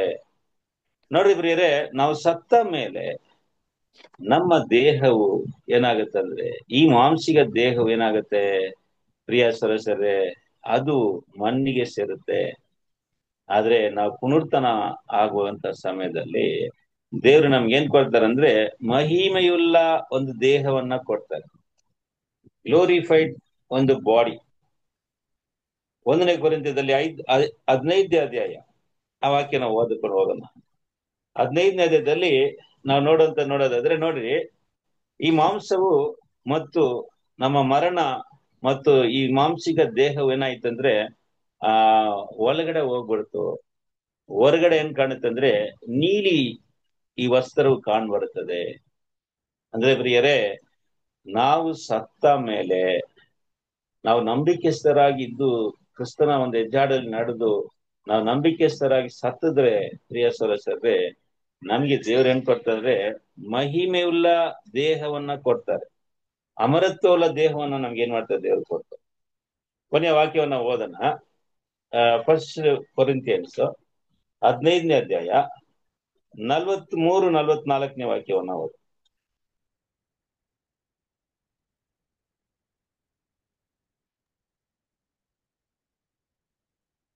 '43 and 44, 15th chapter, 1 Corinthians 15th chapter, 43 and 44. ಸತ್ತವರಿಗಾಗುವ ಪುನರುತ್ಥಾನವು ಅದೇ ಪ್ರಕಾರವಾಗಿರುವುದು. ದೇಹವು ಲಯಾವಸ್ಥೆಯಲ್ಲಿ ಬಿತ್ತಲ್ಪಡುತ್ತದೆ, ನಿರ್ಲಯಾವಸ್ಥೆಯಲ್ಲಿ ಎದ್ದು ಬರುವುದು. ಹೀನಾವಸ್ಥೆಯಲ್ಲಿ ಬಿತ್ತಲ್ಪಡುತ್ತದೆ, ಮಹಿಮೆಯಲ್ಲಿ ಎದ್ದು ಬರುವುದು. ನಿರ್ಬಲಾವಸ್ಥೆಯಲ್ಲಿ ಬಿತ್ತಲ್ಪಡುತ್ತದೆ, ಬಲಾವಸ್ಥೆಯಲ್ಲಿ ಎದ್ದು ಬರುವುದು. ಪ್ರಾಕೃತ ದೇಹವಾಗಿ ಬಿತ್ತಲ್ಪಡುತ್ತದೆ, ಆತ್ಮಿಕ ದೇಹವಾಗಿ ಎದ್ದು ಬರುವುದು. ಪ್ರಾಕೃತ ದೇಹವಿರುವುದಾದರೆ ಆತ್ಮಿಕ ದೇಹವು ಇರುವುದು. Okay, thank you sister. ನೋಡ್ರಿ ಪ್ರಿಯರೇ, ಇಲ್ಲಿ ನಮ್ಮ ಪುನರುತ್ಥಾನ ವಿಷಯವಾಗಿ ನಾನು ಹೇಳೋದಾದ್ರೆ ನೋಡ್ರಿ, ಈ ದೇಹ ನಾವೀಗ ನಮ್ಮ ನಂಬಿಕೆ, ನಮ್ಮ ವಿಶ್ವಾಸವು ಎಲ್ಲಿದೆ ಅಂದ್ರೆ ಒಳಗಡೆ ಇದೆ. ನಮ್ಮ ನಂಬಿಕೆ, ನಮ್ಮ ವಿಶ್ವಾಸದ ವಿಷಯವಾಗಿ ಲೋಕದವರಿಗೆ, ಹೊರಗೆ ಕಾಣೋರಿಗೆ ನಾವು ಓಡ್ತಾ ಇರುವ ಓಟ ನಮ್ಮ ನಂಬಿಕೆ, ನಾವು ನಂಬ್ತಾ ಇರೋದು, ಇವೆಲ್ಲವೂ ಕೂಡ ಅವ್ರಿಗೆ ಹೆಂಗ್ ಕಾಣುತ್ತೆ ಅಂದ್ರೆ ನಮ್ಮನ್ನ ಅವರು ಒಂದು ಹುಚ್ಚರಾಗಿ ನೋಡ್ತಾ ಇದ್ದಾರೆ. ಪ್ರಿಯರೇ, ಅವರ ದೃಷ್ಟಿಯಲ್ಲಿ ನಾವು ಇವರು ಹುಚ್ಚರು, ಯಾವಾಗ್ಲೂ ಬೈಬ್ಲು ಮೀಟಿಂಗ್ ಅಂತ ಏನ್ ಮಾಡ್ತಾ ಇದ್ದಾರೆ, ಇವ್ರು ಯಾವಾಗ್ಲೂ ಇದೇ ಇವ್ರದ್ದು ಕಥೆ ಅಂತ ಅನೇಕರು ನಮ್ಮನ್ನ ನೋಡ್ತಾರೆ. ಅವರ ದೃಷ್ಟಿಯಲ್ಲಿ ನಾವು ಹೆಂಗಿರ್ತೀವಿ ಅಂದ್ರೆ ಹುಚ್ಚರಾಗಿರ್ತೀವಿ. ಆದ್ರೆ ಪ್ರಿಯರೇ, ಅವ್ರಿಗೆಲ್ಲರಿಗೂ ಯಾವಾಗ ನಮ್ಮ ನಂಬಿಕೆ, ನಾವು ಯಾಕೆ ಈ ರೀತಿಯಾಗಿ ಇದ್ದೀವಿ ಅಂತ ಗೊತ್ತಾಗುತ್ತಂದ್ರೆ, ನಾವು ನಂಬಿಕೆಸ್ಥರಾಗಿ ಇದ್ದು ನಮ್ಮ ಓಟವನ್ನ ಓಡಿ ಮುಗಿಸಿದ ಮೇಲೆ ದೇವರು ನಮ್ಗೆ ಏನ್ ಕೊಡ್ತಾರೆ ಅಂದ್ರೆ ಮಹಿಮೆಯುಳ್ಳ ದೇಹವನ್ನ ಕೊಡ್ತಾರೆ. ಅದನ್ನೇ ಇಲ್ಲಿ ನೋಡ್ತೀವಿ ಪ್ರೀತಿಯಾಸ್ತ್ರೇ, ದೀನವಸ್ತ್ರದಲ್ಲಿ ಬಿದ್ದಲ್ಪಡುತ್ತದೆ, ಮಹಿಮೆಯಲ್ಲಿ ಎದ್ದು ಬರುವುದು. ನಿರ್ವಲವಸ್ಥೆಯಲ್ಲಿ ಬಿದ್ದಲ್ಪಡುತ್ತದೆ, ಅದು ಬಲವುಳ್ಳದಾಗಿ ಏನಾಗುತ್ತೆ, ಎದ್ದು ಬರ್ತದೆ. ಪ್ರಕೃತ ದೇಹವು ಬಿದ್ದಲ್ಪಡ್ತದೆ, ಆತ್ಮಿಕ ದೇಹವು ಎದ್ದು ಬರುತ್ತದೆ. ಪ್ರೀತಿಯ ಸರಸರಿ, ನಮ್ಗೆ ಏನ್ ಕೊಡ್ತಾರೆ ಅಂದ್ರೆ ಗ್ಲೋರಿಫೈಡ್ ಬಾಡಿ. ಈ ಫ್ಲೆಶ್ಲಿ ಬಾಡಿ ಏನಾಗುತ್ತೆ, ಒಳಗಡೆ ಹೋಗ್ಬಿಡುತ್ತೆ. ಆಗ ನೋಡಿ, ಪ್ರಯಾಣದ ಸಮಯದಲ್ಲಿ ಈ ನೀಲಿ ಬಟ್ಟೆ ಎಲ್ಲಾ ಜನರಿಗೆ ಏನಾಗುತ್ತೆ, ಕಾಣ್ ಬರುತ್ತದೆ. ಆದ್ರೆ ನೋಡಿ, ಪವಿತ್ರ ಸ್ಥಳದಲ್ಲಿ ಇರುವಂತ ಧೂಪವೇದಿ, ಮೇಜು ಮತ್ತು ದೀಪಸ್ತಂಭ ಎಲ್ಲವೂ ಕೂಡ ಕಡಲಂದಿಯ ಒಂದು ಚರ್ಮದಿಂದ ಮುಚ್ಚಲ್ಪಟ್ಟಿರ್ತದೆ. ಅಂದ್ರೆ ಪ್ರಿಯರೇ, ಇದು ಮನುಷ್ಯ ಬಂದು ಅತಿ ಪವಿತ್ರ ಸ್ಥಳದಲ್ಲಿ ಇದೆ. ಅಂದ್ರೆ ನಾವು ಸತ್ತು ಪುನರ್ತನ ಆದ ಮೇಲೆ ಲೋಕದವರಿಗೆ ಗೊತ್ತಾಗುತ್ತೆ. ಆದ್ರೆ ಪವಿತ್ರ ಸ್ಥಳದಲ್ಲಿ ಇರುವಂತ ಸಮಯಗಳಲ್ಲಿ, ಅಂದ್ರೆ ನಾವು ಭೂಮಿಯಲ್ಲಿ ಇರುವಂತ ಕಾಲಗಳಲ್ಲಿ ಲೋಕ ನಮ್ಮನ್ನ ತಪ್ಪಾಗಿ ಏನಾಗುತ್ತೆ, ಅರ್ಥ ಮಾಡಿಕೊಳ್ಳುತ್ತದೆ. ನಮ್ಮ ನಂಬಿಕೆನ ಅವ್ರು ಅರ್ಥ ಮಾಡ್ಕೊಳ್ಳಕ್ಕೆ ಆಗೋದಿಲ್ಲ. 1ನೇ ಕೊರಿಂಥದಲ್ಲಿ 2ನೇ ಅಧ್ಯಾಯ 14ನೇ ವಾಕ್ಯವನ್ನ ನಾವು ಓದೋಣ ನೋಡ್ರಿ. 2nd ಚಾಪ್ಟರ್, ಅದೇ 1 ಕೊರಿಂಥಿಯನ್ 2nd ಚಾಪ್ಟರ್ ವರ್ಸ್ 14 ಓದೋಣ. ಪ್ರಾಕೃತ ಮನುಷ್ಯನು ದೇವರಾತ್ಮನ ವಿಷಯಗಳನ್ನು ಬೇಡವೆನ್ನುತ್ತಾನೆ. ಅವು ಅವನಿಗೆ ಹುಚ್ಚು ಮಾತಾಗಿ ತೋರುತ್ತವೆ. ಅವು ಆತ್ಮ ವಿಚಾರದಿಂದ ತಿಳಿಯತಕ್ಕವುಗಳಾಗಿರಲಾಗಿ ಅವನು ಅವುಗಳನ್ನು ಗ್ರಹಿಸಲಾರನು. ನೋಡಿದ ಪ್ರಿಯ ಸರಿ, ಅವನಿಂದ ಅದನ್ನ ಗ್ರಹಿಸಲಾಗದು. ಅದರಿಂದ ಪ್ರಿಯರೇ, ಇದು ನಮ್ಗೆ ಮಾತ್ರ ಕೊಡಲ್ಪಟ್ಟಿದೆ. ಅದರಿಂದ ಪ್ರಕೃತ ಮನುಷ್ಯನಿಗೆ ಏನಾಗಲ್ಲ ಅಂದ್ರೆ ದೇವರಾತ್ಮದ ವಿಷಯಗಳು ಅವನಿಗೆ ಬೇಡ ಅನ್ನುತ್ತಾನೆ. ಅದು ಅವನಿಗೆ ಹುಚ್ಚು ಮಾತುಗಳ ಆಗಿರ್ತದೆ. ನೋಡಿ, ನಾವು ಹೇಳಿದ್ರೆ ಅವ್ರಿಗೆ ಹೆಂಗಿರ್ತದೆ, ಇದೆಲ್ಲ ಹುಚ್ಚು ಮಾತುಗಳು. ಸೊ ಮೊದಲನೇದಾಗಿ ನಮ್ಗೆ ಸೂಚಿಸ್ತದೆ ಪ್ರಿಯ ಸದಸ್ಯ. ಎರಡನೇದಾಗಿ ನಾವು ನೋಡೋದಾದ್ರೆ ನೋಡ್ರಿ, 2ನೇ ವಿಷಯವನ್ನ ನೋಡೋಣ. ಎಲ್ಲವೂ ಕೂಡ ಸೇಮ್. ಅದರಲ್ಲಿ ನೋಡಿ, ಈಗ ಪವಿತ್ರ ಸ್ಥಳದಿಂದ 3 ವಸ್ತುಗಳನ್ನ ಕೂಡ ಒಳಗಡೆ ನೀಲಿ, ಆಮೇಲೆ ಕಡಲಂದಿಯ ಚರ್ಮ. ಆದ್ರೆ ಮೇಜಿಗೆ ಮಾತ್ರ ಒಂದು ಅಡಿಷನಲ್ ಆಗಿದೆ. ಯಾವ್ದಂತ ಅಡಿಷನಲ್ ಅಂತ ನೋಡ್ಬೇಕಂದ್ರೆ ಅದು ನೀಲಿ ಮತ್ತು ಕೆಂಪುನ ಕೂಡ ಏನ್ ಮಾಡಿದ್ದಾರೆ, ಅಲ್ಲಿ ಸೇರಿಸಿದ್ದಾರೆ. ಆದ್ರೆ ಧೂಪವೇದಿಗೆ ಮತ್ತು ದೀಪಸ್ತಂಭೆಗೆ ನೀಲಿ ವಸ್ತ್ರ, ಆಮೇಲೆ ಕಡಲಂದಿಯ ಚರ್ಮ. ಮೇಜಿಗೆ ಮಾತ್ರ ಒಂದು ಅಡಿಷನಲ್. ಇದು ನಮ್ಗೆ ಏನ್ ಸಿಗ್ತದೆ ನೋಡಿ ಪ್ರಿಯರೇ, ನೀಲಿ ಒಳಗಡೆ ಹೋಯ್ತು, ಕಡಲಂದಿಯ ಚರ್ಮ ಏನಾಗುತ್ತೆ, ಹೊರಗಡೆ ಕಾಣುತ್ತೆ. ಅಂದ್ರೆ ನಾವು ಭೂಮಿಯಲ್ಲಿ ಜೀವಿಸುವಂತ ಈ ಕಾಲಗಳಲ್ಲಿ ಲೋಕದವರು ನಮ್ಮನ್ನ ಅರ್ಥ ಮಾಡ್ಕೊಳ್ಳಲ್ಲ. ಯಾಕೆಂದ್ರೆ ಅವರು ಪ್ರಕೃತ ಮನುಷ್ಯನಾಗಿರೋದ್ರಿಂದ ಆತ್ಮಿಕ ವಿಷಯವನ್ನ ಅವರಿಂದ ಅರ್ಥ ಮಾಡ್ಕೊಳಕ್ ಆಗಲ್ಲ. ನಮ್ಮಲ್ಲಿರುವಂತ ನಂಬಿಕೆನ ಅವರು ಅರ್ಥ ಮಾಡ್ಕೊಳಕ್ ಆಗಲ್ಲ. ಅದು ನಮ್ಗೆ ಏನ್ ಮಾಡುತ್ತೆ, ಇದು ಸೂಚಿಸ್ತದೆ. ಆದ್ರೆ ಮೇಜಿಗೆ ಮಾತ್ರ ಒಂದು ಅಡಿಷನಲ್ ಆಗಿ ಕೆಂಪು ವಸ್ತ್ರವನ್ನ ಕೂಡ ಕೊಟ್ಟಿದ್ದಾರೆ. ಅದು ನಮ್ಗೆ ಏನ್ ಸೂಚಿಸ್ತದೆ ಅಂತ ನೋಡ್ಬೇಕಾದ್ರೆ ಪ್ರಿಯರೇ, ಮೇಜು ನಮ್ಗೆ ಏನನ್ನ ಸೂಚಿಸ್ತದೆ ಅಂದ್ರೆ ಪ್ರಿಯರೇ, ನಮ್ಮ ಸಹೋದರ ಸಹೋದರರಿಗೆ ನಾವು ಮಾಡುವಂತ ಸೇವೆಯನ್ನ ಏನ್ ಮಾಡುತ್ತೆ, ಅದು ಸೂಚಿಸ್ತದೆ. ಪ್ರಿಯರೇ, ಯಾರೆಲ್ಲ ತಮ್ಮನ್ನ ದೀಕ್ಷಾಸನದ ಮೂಲಕ ತನ್ನನ್ನು ಅರ್ಪಣೆ ಮಾಡಿಕೊಂಡು ಪವಿತ್ರ ಸ್ಥಳದಲ್ಲಿ ಬರ್ತಾರೋ ಅವ್ರಿಗೆಲ್ಲರನ್ನ ಕೂಡ ನಾವು ಅವ್ರನ್ನ ಕೂರಿಸಿ ಅವರಿಗೆ ಸೇವಕರಾಗಿ ಏನ್ ಮಾಡ್ಬೇಕು, ನಾವು ಸೇವೆ ಮಾಡೋರಾಗಿರ್ಬೇಕು. ಅದು ಈ ಮೇಜು ನಮ್ಗೆ ಸೂಚಿಸ್ತದೆ ಪ್ರಿಯರೇ. ಅದರಲ್ಲಿ ಕೆಂಪು ಬಣ್ಣ ಅಂದ್ರೆ ಪ್ರಿಯರೇ, ನಾವು ನಮ್ಮ ಸಹೋದರರಿಗೋಸ್ಕರ ಪ್ರಾಣ ಕೊಡುವ ಮಟ್ಟಿಗೆ ಏನಾಗಿದ್ವಿ ನಾವು ಅವರಿಗೆ ಕೊಡುವ ಅಷ್ಟರಲ್ಲಿ ನಾವು ಅವ್ರನ್ನ ಪ್ರೀತಿ ಮಾಡ್ಬೇಕು. 1 ಯೋಹಾನ 3ನೇ ಅಧ್ಯಾಯದಲ್ಲಿ 16ನೇ ವಾಕ್ಯವನ್ನ ಓದೋಣ. 1 ಯೋಹಾನ 3:16 ಓದೋಣ. ಕ್ರಿಸ್ತನು ನಮಗೋಸ್ಕರ ತನ್ನ ಪ್ರಾಣವನ್ನು ಕೊಟ್ಟದ್ದರಲ್ಲಿಯೇ ಪ್ರೀತಿ ಇಂಥದ್ದೆಂದು ನಮಗೆ ತಿಳಿದು ಬಂದದೆ. ನಾವು ಸಹ ಸಹೋದರರಿಗೋಸ್ಕರ ನಮ್ಮ ಪ್ರಾಣಗಳನ್ನು ಕೊಡುವ ಹಂಗಿನಲ್ಲಿದ್ದೇವೆ. ಪ್ರಿಯರ, ಸಹೋದರರಿಗೋಸ್ಕರ ನಾವು ಪ್ರಾಣವನ್ನ ಕೊಡುವಂತ ಹಂಗಿನಲ್ಲಿದ್ದೀವಿ ಅಂತ ನೋಡ್ತೀವಿ. ಅದನ್ನೇ ಕೆಂಪು ಅಂದ್ರೆ ವಿ ಹ್ಯಾವ್ ಟು ಸ್ಯಾಕ್ರಿಫೈಸ್. ನಾವು ನಮ್ಮ ಸಹೋದರರಿಗೋಸ್ಕರ ನಾವು ಪ್ರಾಣನ ಕೂಡ ಕೊಡುವ ಹಂಗಿನಲ್ಲಿದ್ದೀವಿ.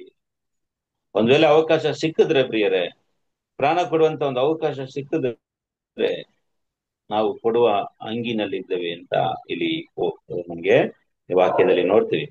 ಅದನ್ನೇ ನೋಡ್ರಿ ಪ್ರಿಯರೇ, ಈ ದೀಪಸ್ತಂಭ ಮತ್ತು ಧೂಪವೇದಿಗೆ 2 ಇದೆ. ಆದ್ರೆ ಇದಕ್ಕೆ ಮಾತ್ರ ಒಂದು ಅಡಿಷನಲ್ ಆಗಿರೋದು ನಮ್ಗೆ ಏನು ತೋರಿಸ್ತದಂದ್ರೆ, ನಾವು ನಮ್ಮ ಪ್ರಿಯ ಸಹೋದರರಿಗೆ ನಾವು ಸೇವೆ ಮಾಡುವ ಹಂಗಿನಲ್ಲಿದ್ದೀವಿ. ಅಂದ್ರೆ ಪ್ರಾಣ ಕೊಡುವ ಮಟ್ಟಿಗೆ ನಾವೇನಾಗಿದ್ದೀವಿ, ನಾವು ಅವ್ರನ್ನ ಪ್ರೀತಿ ಮಾಡೋರಾಗಿರ್ಬೇಕು ಎಂಬುದನ್ನ ಈ ಕೆಂಪು ನಮ್ಗೆ ತೋರಿಸ್ತದೆ ಅಂತ. ಸರಿನಾ ಪ್ರಿಯರೇ? ಇದು ದೀಪ ವೇದಿ ಎಲ್ಲವೂ ಕೂಡ ಸೇಮು. ಅಂದ್ರೆ ನೀಲಿ ಒಳಗಡೆ ಹೋಯ್ತು, ಕಡಲಂದಿಯ ಚರ್ಮ ಹೊರಗಡೆ ಕಾಣುತ್ತೆ. ಅದೇ ರೀತಿಯಾಗಿ ಧೂಪವೇದಿ ಕೂಡ. ಸರಿ, ಈಗ ಹೊರಗಡೆ ಬರೋಣ ಪ್ರಿಯರೇ. ಅಂದ್ರೆ ಯಜ್ಞವೇದಿ ನೋಡಿ ಪ್ರೀತಿಯ ಸರಸರೇ, ಯಜ್ಞವೇದಿ ಡಿಫ್ರೆಂಟ್ ಕಲರ್ ಯೂಸ್ ಮಾಡಿದ್ದಾರೆ. ಒಳಗಡೆ ನೋಡಿ, ಒಳಗಡೆ ಇರೋದೆಲ್ಲ ನೀಲಿ ವಸ್ತ್ರ ಒಳಗಡೆ ಹೋಯ್ತು, ಮೇಲೆ ಕಡಲಂದಿಯ ಚರ್ಮ. ಯಜ್ಞವೇದಿಗೆ ಮಾತ್ರ ಧೂಮ್ರದ ಒಂದು ವಸ್ತ್ರವನ್ನು ಹಾಕಿದ್ರು ಅಂತ ನೋಡಿ, ಪರ್ಪಲ್. ಪ್ರಿಯರೇ, ನಾನು ಪ್ರಾರಂಭ ಪಾಠದಲ್ಲಿ ಹೇಳಿದ್ದೆ ನಿಮ್ಗೆ, ನಮ್ಗೆ ಧೂಮ್ರ ಬಣ್ಣ ನಮ್ಗೆ ಏನನ್ನ ಸೂಚಿಸ್ತದೆ, ಧೂಮ್ರ ಬಣ್ಣವು ನಮ್ಗೆ ಏನನ್ನ ಸೂಚಿಸ್ತದೆ ಹೇಳಿದ್ದೇನಲ್ಲ, ನಾನು ಹೇಳಿದ್ಯಾ? ಆಳ್ವಿಕೆ. ವೆರಿ ಗುಡ್, ಕರೆಕ್ಟ್ ಆಗಿ ಹೇಳಿದ್ರಿ. ಪ್ರಿಯರೇ, ಧೂಮ್ರ ಒಂದು ನಮ್ಗೆ ಆಳ್ವಿಕೆನ ಸೂಚಿಸ್ತದೆ, ಆಳ್ವಿಕೆನ ಸೂಚಿಸುವಂತ ಒಂದು ಬಣ್ಣವಾಗಿದೆ. ನೋಡ್ರಿ ಪ್ರಿಯರೇ, ನಾವು ಕ್ರಿಸ್ತನೊಂದಿಗೆ ನಾವು ಸತ್ತರೆ ಆತನೊಂದಿಗೆ ಬದುಕ್ತೀವಿ. ಕ್ರಿಸ್ತನಿಗೋಸ್ಕರ ನಾವು ಸಹಿಸಿಕೊಳ್ಳೋದಾದರೆ ಪ್ರಿಯರೇ, ಅವರೊಂದಿಗೆ ಆಳ್ವಿಕೆ ಮಾಡ್ತೀವಿ. ನಾವು ದಿನ ಏನಾಗ್ಬೇಕಂದ್ರೆ ಸ್ಯಾಕ್ರಿಫೈಸ್, ಅಂದ್ರೆ ಯಜ್ಞವೇದಿಯ ಮೇಲೆ ನಾವು ಏನಾಗ್ಬೇಕು, ನಾವು ದಗ್ನಿಸ್ಬೇಕು. ಅದು 2 ತಿಮೋಥೆಯು 2ನೇ ಅಧ್ಯಾಯದಲ್ಲಿ 11-12 ವಾಕ್ಯವನ್ನು ಓದೋಣ. ಸೆಕೆಂಡ್ ತಿಮೋಥೆಯು 2nd chapter 11 and 12 ಓದೋಣ.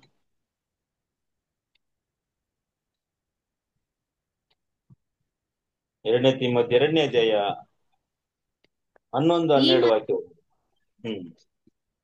ಈ ಮಾತು ನಂಬತಕ್ಕದ್ದಾಗಿದೆ ಏನೆಂದರೆ, ನಾವು ಆತನೊಡನೆ ಸತ್ತರೆ ಆತನೊಡನೆ ಜೀವಿಸುವೆವು, ಸಹಿಸಿಕೊಳ್ಳುವವರಾಗಿದ್ದರೆ ಆತನೊಡನೆ ಆಳುವೆವು. ನಾವು ಯೇಸುವಿನವರಲ್ಲವೆಂದು ಹೇಳಿದರೆ ಆತನು ನಮ್ಮನ್ನು ತನ್ನವರಲ್ಲವೆಂದು ಹೇಳುವನು. ಪ್ರಿಯ ಸರಸರ, ಅಂದ್ರೆ ಕ್ರಿಸ್ತನ ಮೂಲಕವಾಗಿ ಬರುವಂತ ಕಷ್ಟಗಳನ್ನ, ಶೋಧನೆಗಳನ್ನ, ಪರೀಕ್ಷೆಗಳನ್ನ ನಾವೇನ್ ಮಾಡ್ಬೇಕಂದ್ರೆ ಸಹಿಸ್ಕೋಬೇಕು. ಆ ರೀತಿಯಾಗಿ ಯಾರು ಸಹಿಸ್ಕೊಳ್ತಾರೋ ಅವ್ರಿಗೆ ಏನ್ ಸಿಗುತ್ತದಂದ್ರೆ ಪ್ರಿಯರೇ, ಆತನೊಡನೆ ನಾವು ಏನ್ ಮಾಡ್ತೀವಿ ಅಂದ್ರೆ ಆಳ್ವಿಕೆ ಮಾಡ್ತೀವಿ. ಹೌದು ಪ್ರೀತಿಯ ಸರಸರ, ಆತನೊಂದಿಗೆ ನಾವು ಸತ್ತರೆ ಆತನೊಂದಿಗೆ ಬದುಕ್ತೀವಿ. ಆತನೊಡನೆ ಸತ್ತಿದ್ರೆ ನಾವು ಸಹಿಸ್ಕೊಳ್ಳೋದಾದರೆ ಆತನೊಡನೆ ಏನ್ ಮಾಡ್ತೀವಿ ಅಂದ್ರೆ ನಾವು ಆಳುತ್ತೇವೆ ಪ್ರಿಯರೇ.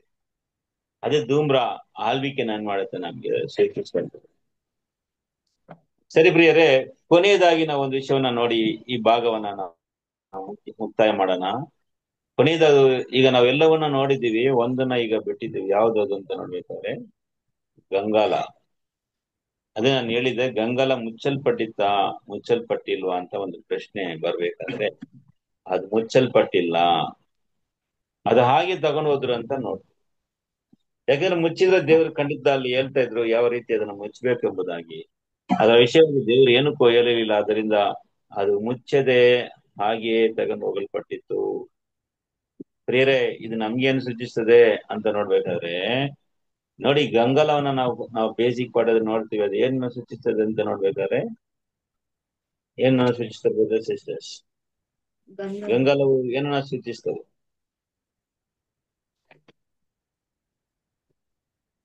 ಇದು ಗಂಗಾಲ ಏನನ್ನ ಸೂಚಿಸ್ತದೆ ಬ್ರದರ್ಸ್? ದೇವ್ರ ವಾಕ್ಯ. ವೆರಿ ಗುಡ್, ಕರೆಕ್ಟ್ ಆಗಿ ಹೇಳಿ. ದೇವರ ವಾಕ್ಯ ಅಂದ್ರೆ ಬೈಬಲ್. ಪ್ರಿಯರೇ, ದೇವರ ವಾಕ್ಯವನ್ನ ಸೂಚಿಸ್ತದೆ. ನಮ್ಮ ಕೈಯಲ್ಲಿರುವಂತ ಬೈಬಲ್ ನೋಡ್ರಿ, ಎರಡು ವಿಷಯ ನೋಡ್ಬೇಕು ನಾವು. ಒಂದು, ಪವಿತ್ರ ಸ್ಥಳದಲ್ಲಿ ಅಲ್ಲಿ ಕೂಡ ಏನಿತ್ತಂದ್ರೆ ದೀಪ ಇತ್ತು ಮತ್ತು ಮೇಜು ಇತ್ತು. ಅವುಗಳು ಕೂಡ ನಮ್ಗೆ ಏನನ್ನ ಸೂಚಿಸ್ತದೆ ಅಂದ್ರೆ ದೇವರ ವಾಕ್ಯವನ್ನ ಸೂಚಿಸ್ತದೆ. ಹೊರಗಡೆ ಈ ನೀರಿನ ಈ ಗಂಗಾಲವು ಕೂಡ ದೇವರ ವಾಕ್ಯವನ್ನ ಸೂಚಿಸ್ತದೆ. ಇದಕ್ಕೆ ಏನ್ ಡಿಫರೆನ್ಸ್ ಅಂತ ನೋಡ್ಬೇಕಾದ್ರೆ ನೋಡ್ರಿ ಪ್ರಿಯರೇ, ಗಮನಿಸಿ. ಪವಿತ್ರ ಸ್ಥಳದಿಂದ ದೀಪಸ್ತಂಭ ಮತ್ತು ಮೇಜು, ರೊಟ್ಟಿ ಇರುವಂತ ಮೇಜು, ಇವೆಲ್ಲೂ ಕೂಡ ಪ್ರಿಯರೇ ಇದು ಬಂದು ಆಳವಾದ ಸತ್ಯವನ್ನ ನಮ್ಗೆ ಸೂಚಿಸ್ತದೆ. ಅಂದ್ರೆ ಯಾರೆಲ್ಲ ತಮ್ಮನ್ನ ಕ್ರಿಸ್ತನ್ಗೋಸ್ಕರ ಅರ್ಪಿಸಿ ಬರ್ತಾರ ಅಂತವರಿಗೆ ಮಾತ್ರ ಅದು ತಿಳಿಯಪಡಿಸ್ತದೆ. ಬೆಳಕು ಸಿಗುತ್ತೆ. ಯಾವುದರಿಂದ ಅಂದ್ರೆ ದೀಪಸ್ತಂಭದಿಂದ ಬೆಳಕು ಸಿಗುತ್ತೆ ಮತ್ತು ಮೇಜಲ್ಲಿರುವಂತ ಬಲವಾದ ಗಟ್ಟಿಯಾದ ಆಹಾರವು ಅವರಿಗೆ ಸಿಗುತ್ತೆ. ಆದ್ರೆ ಹೊರಗಡೆ ಇರೋರಿಗೆ ನೀರು ಮಾತ್ರ. ಅಂದ್ರೆ ಪ್ರಿಯರೇ, ಬೈಬಲ್ನ ಪ್ಲೈನ್ ಆಗಿ ಹೋದ್ರು ಕೂಡ ನಮ್ಗೆ ಏನಾಗುತ್ತೆ? ಆಶೀರ್ವಾದ ಇದೆ. ಅದರ ಮೇಲಿನ ವಿಷಯಗಳು ಗೊತ್ತಾಗುತ್ತೆ ಪ್ರಿಯರೇ. ಆದ್ರೆ ಅದರ ಗುಪ್ತಗಳು, ಅದರ ಮರೆಗಳು ನಮ್ಗೆ ಗೊತ್ತಾಗ್ಬೇಕಂದ್ರೆ ನಮ್ಮನ್ನ ನಾವು ಸಜೀವ ಯಜ್ಞವಾಗಿ ಅರ್ಪಿಸಿ ಹೊರಗಡೆ ಬರ್ಬೇಕು. ಅವಾಗ ನಮ್ಗೆ ಪವಿತ್ರಾತ್ಮ ಸಿಗುತ್ತೆ. ಪ್ರಿಯರೇ, ನಮ್ಮನ್ನ ಅರ್ಪಣೆ ಮಾಡಿದ್ರೆ ಮಾತ್ರ. ನೋಡಿ, ಯೇಸುಸ್ವಾಮಿಗೂ ಕೂಡ ದೀಕ್ಷಾಸ್ನಾನ ಮಾಡಿದವಾಗನೇ ಪವಿತ್ರಾತ್ಮವು ಅವರ ಮೇಲೆ ಪಾರಿವಾಳದಂತೆ ಬಂತು ಮತ್ತು ಆಕಾಶವು ಅವರಿಗೆ ತೆರೆಯಲ್ಪಟ್ಟಿತ್ತು. ಹೌದು ಪ್ರಿಯರೇ, ನಾವು ಹೊರಗಡೆ ಇದ್ರೆ ನಾವು ಕೆಲವು ವಿಷಯಗಳನ್ನ ಮಾತ್ರ ಅರಿಯಕ್ಕಾಗುತ್ತೆ. ಬೈಬಲ್ ಅಲ್ಲಿ ಇರುವಂತ ನೀರ್ನ ಮಾತ್ರ ನಾವು ಯೂಸ್ ಮಾಡ್ಕೊಳ್ತೀವಿ. ಕೈ ಕಾಲು ತೊಳೆಯೋದಕ್ಕೆ, ಅಂದ್ರೆ ನಮ್ಮ ಪಾಪಗಳನ್ನ, ನಮ್ಮ ಕಾಲುಗಳನ್ನ ತೊಳೆಯೋದಕ್ಕೆ ಮಾತ್ರ ನಮ್ಗೆ ಸಿಗುತ್ತೆ ನೀರು. ಆದ್ರೆ ಒಳಗಡೆ ಹೋದ್ರೆ ನಮ್ಗೆ ಆಳವಾದ ಆತ್ಮೀಕ, ಅಂದ್ರೆ ಪರಲೋಕ ರಾಜ್ಯದ ರಹಸ್ಯಗಳು, ಗುಪ್ತಗಳು ನಮ್ಗೆ ಹೊರಪಡಿಸ್ತದೆ. ಅದು ಎರಡಿಗಿರುವಂತ ಡಿಫ್ರೆನ್ಸಸ್. ಆದ್ರಿಂದ ಈ ಗಂಗಾಲವನ್ನ ಹೊರಗಡೆ ಹೋಗ್ಬೇಕಾದ್ರೆ ಎಲ್ಲರೂ ಕೂಡ ನೋಡಿದ್ರು ಅಂದ್ರೆ ಪ್ರಿಯರೇ, ಈ ಲೋಕದಲ್ಲಿ ಇರುವಂತ ಅನೇಕ ಜನರು ಬೈಬಲ್ ಮುಖಾಂತರ ಅನೇಕ ಒಳ್ಳೆತನಗಳನ್ನ ಏನ್ ಮಾಡಿದ್ದಾರೆ? ಹೊಂದ್ಕೊಂಡಿದ್ದಾರೆ. ಬೈಬಲ್ನ ಓದಿ ಅದರಲ್ಲಿ ಸಿಗುವಂತ ಬೋಧನೆಗಳು, ಅದರಲ್ಲಿ ಸಿಗುವಂತ ಒಂದು ಗೈಡೆನ್ಸ್, ಅನೇಕರದ್ರಿಂದ ಫಲವನ್ನ ಹೊಂದಿದ್ದಾರೆ ಎಂಬುದನ್ನ ನಾವು ಏನ್ ಮಾಡ್ಬೋದು? ಉದಾಹರಣೆಗೆ ನೋಡ್ಬೇಕಾದ್ರೆ ಗಾಂಧೀಜಿ ಕೂಡ ಬೈಬಲ್ನ ಏನ್ ಮಾಡಿದ್ದಾರೆ? ಓದಿದ್ದಾರೆ. ಅಂಬೇಡ್ಕರ್ ಓದಿದ್ದಾರೆ, ವಿವೇಕಾನಂದ ಓದಿದ್ದಾರೆ. ಅನೇಕ ಲೋಕದಲ್ಲಿರುವಂತ ಅನೇಕ ಮನುಷ್ಯರು ಬೈಬಲ್ನ ಓದಿ ಅದರಲ್ಲಿ ಅನೇಕ ಒಳ್ಳೆ ಕಾರ್ಯಗಳನ್ನ ಅರ್ತಿದ್ದಾರೆ. ಅದರಿಂದ ಉಪಯೋಗವನ್ನ ಹೊಂದಿದ್ದಾರೆ ಪ್ರಿಯರೇ. ಆದ್ರೆ ಪ್ರಿಯರೇ, ಅರ್ಪಣೆ ಮಾಡಿಯೋರಿಗೆ ಮಾತ್ರವೇ ದೇವರ ಆಳವಾದ ಮರೆಯಾಗಿರುವಂತ ಸತ್ಯಗಳು ಗೊತ್ತಾಗುತ್ತೆ. ಅದೇ ಪ್ರಿಯರೇ, ಈ ಗಂಗಾಲವು ಅದನ್ನ ಪ್ರಯಾಣದ ಸಮಯಗಳಲ್ಲಿ ಅದನ್ನ ಮುಚ್ಚಲಿಲ್ಲ. ಅದು ನಮ್ಗೆ ಏನನ್ನ ಸೂಚಿಸ್ತಂದ್ರೆ ಈ ಬೈಬಲ್ ಲೋಕದಲ್ಲಿ ಅನೇಕರಿಗೆ, ಅಂದ್ರೆ ಈ ಅಂದ್ರೆ ಯೇಸುವಿನ ಹಿಂಬಾಲಿಸಿದವರಿಗೆ ಕೂಡ ಅದು ಉಪಯೋಗವಾದಂತ ಒಂದು ಕಾರ್ಯಗಳನ್ನ ಅನೇಕರು ಉಪಯೋಗ ಮಾಡ್ಕೊಂಡಿದ್ದಾರೆ ಎಂಬುದನ್ನ ನಾವು ಇದರ ಮುಖಾಂತರ ನೋಡ್ತೀವಿ.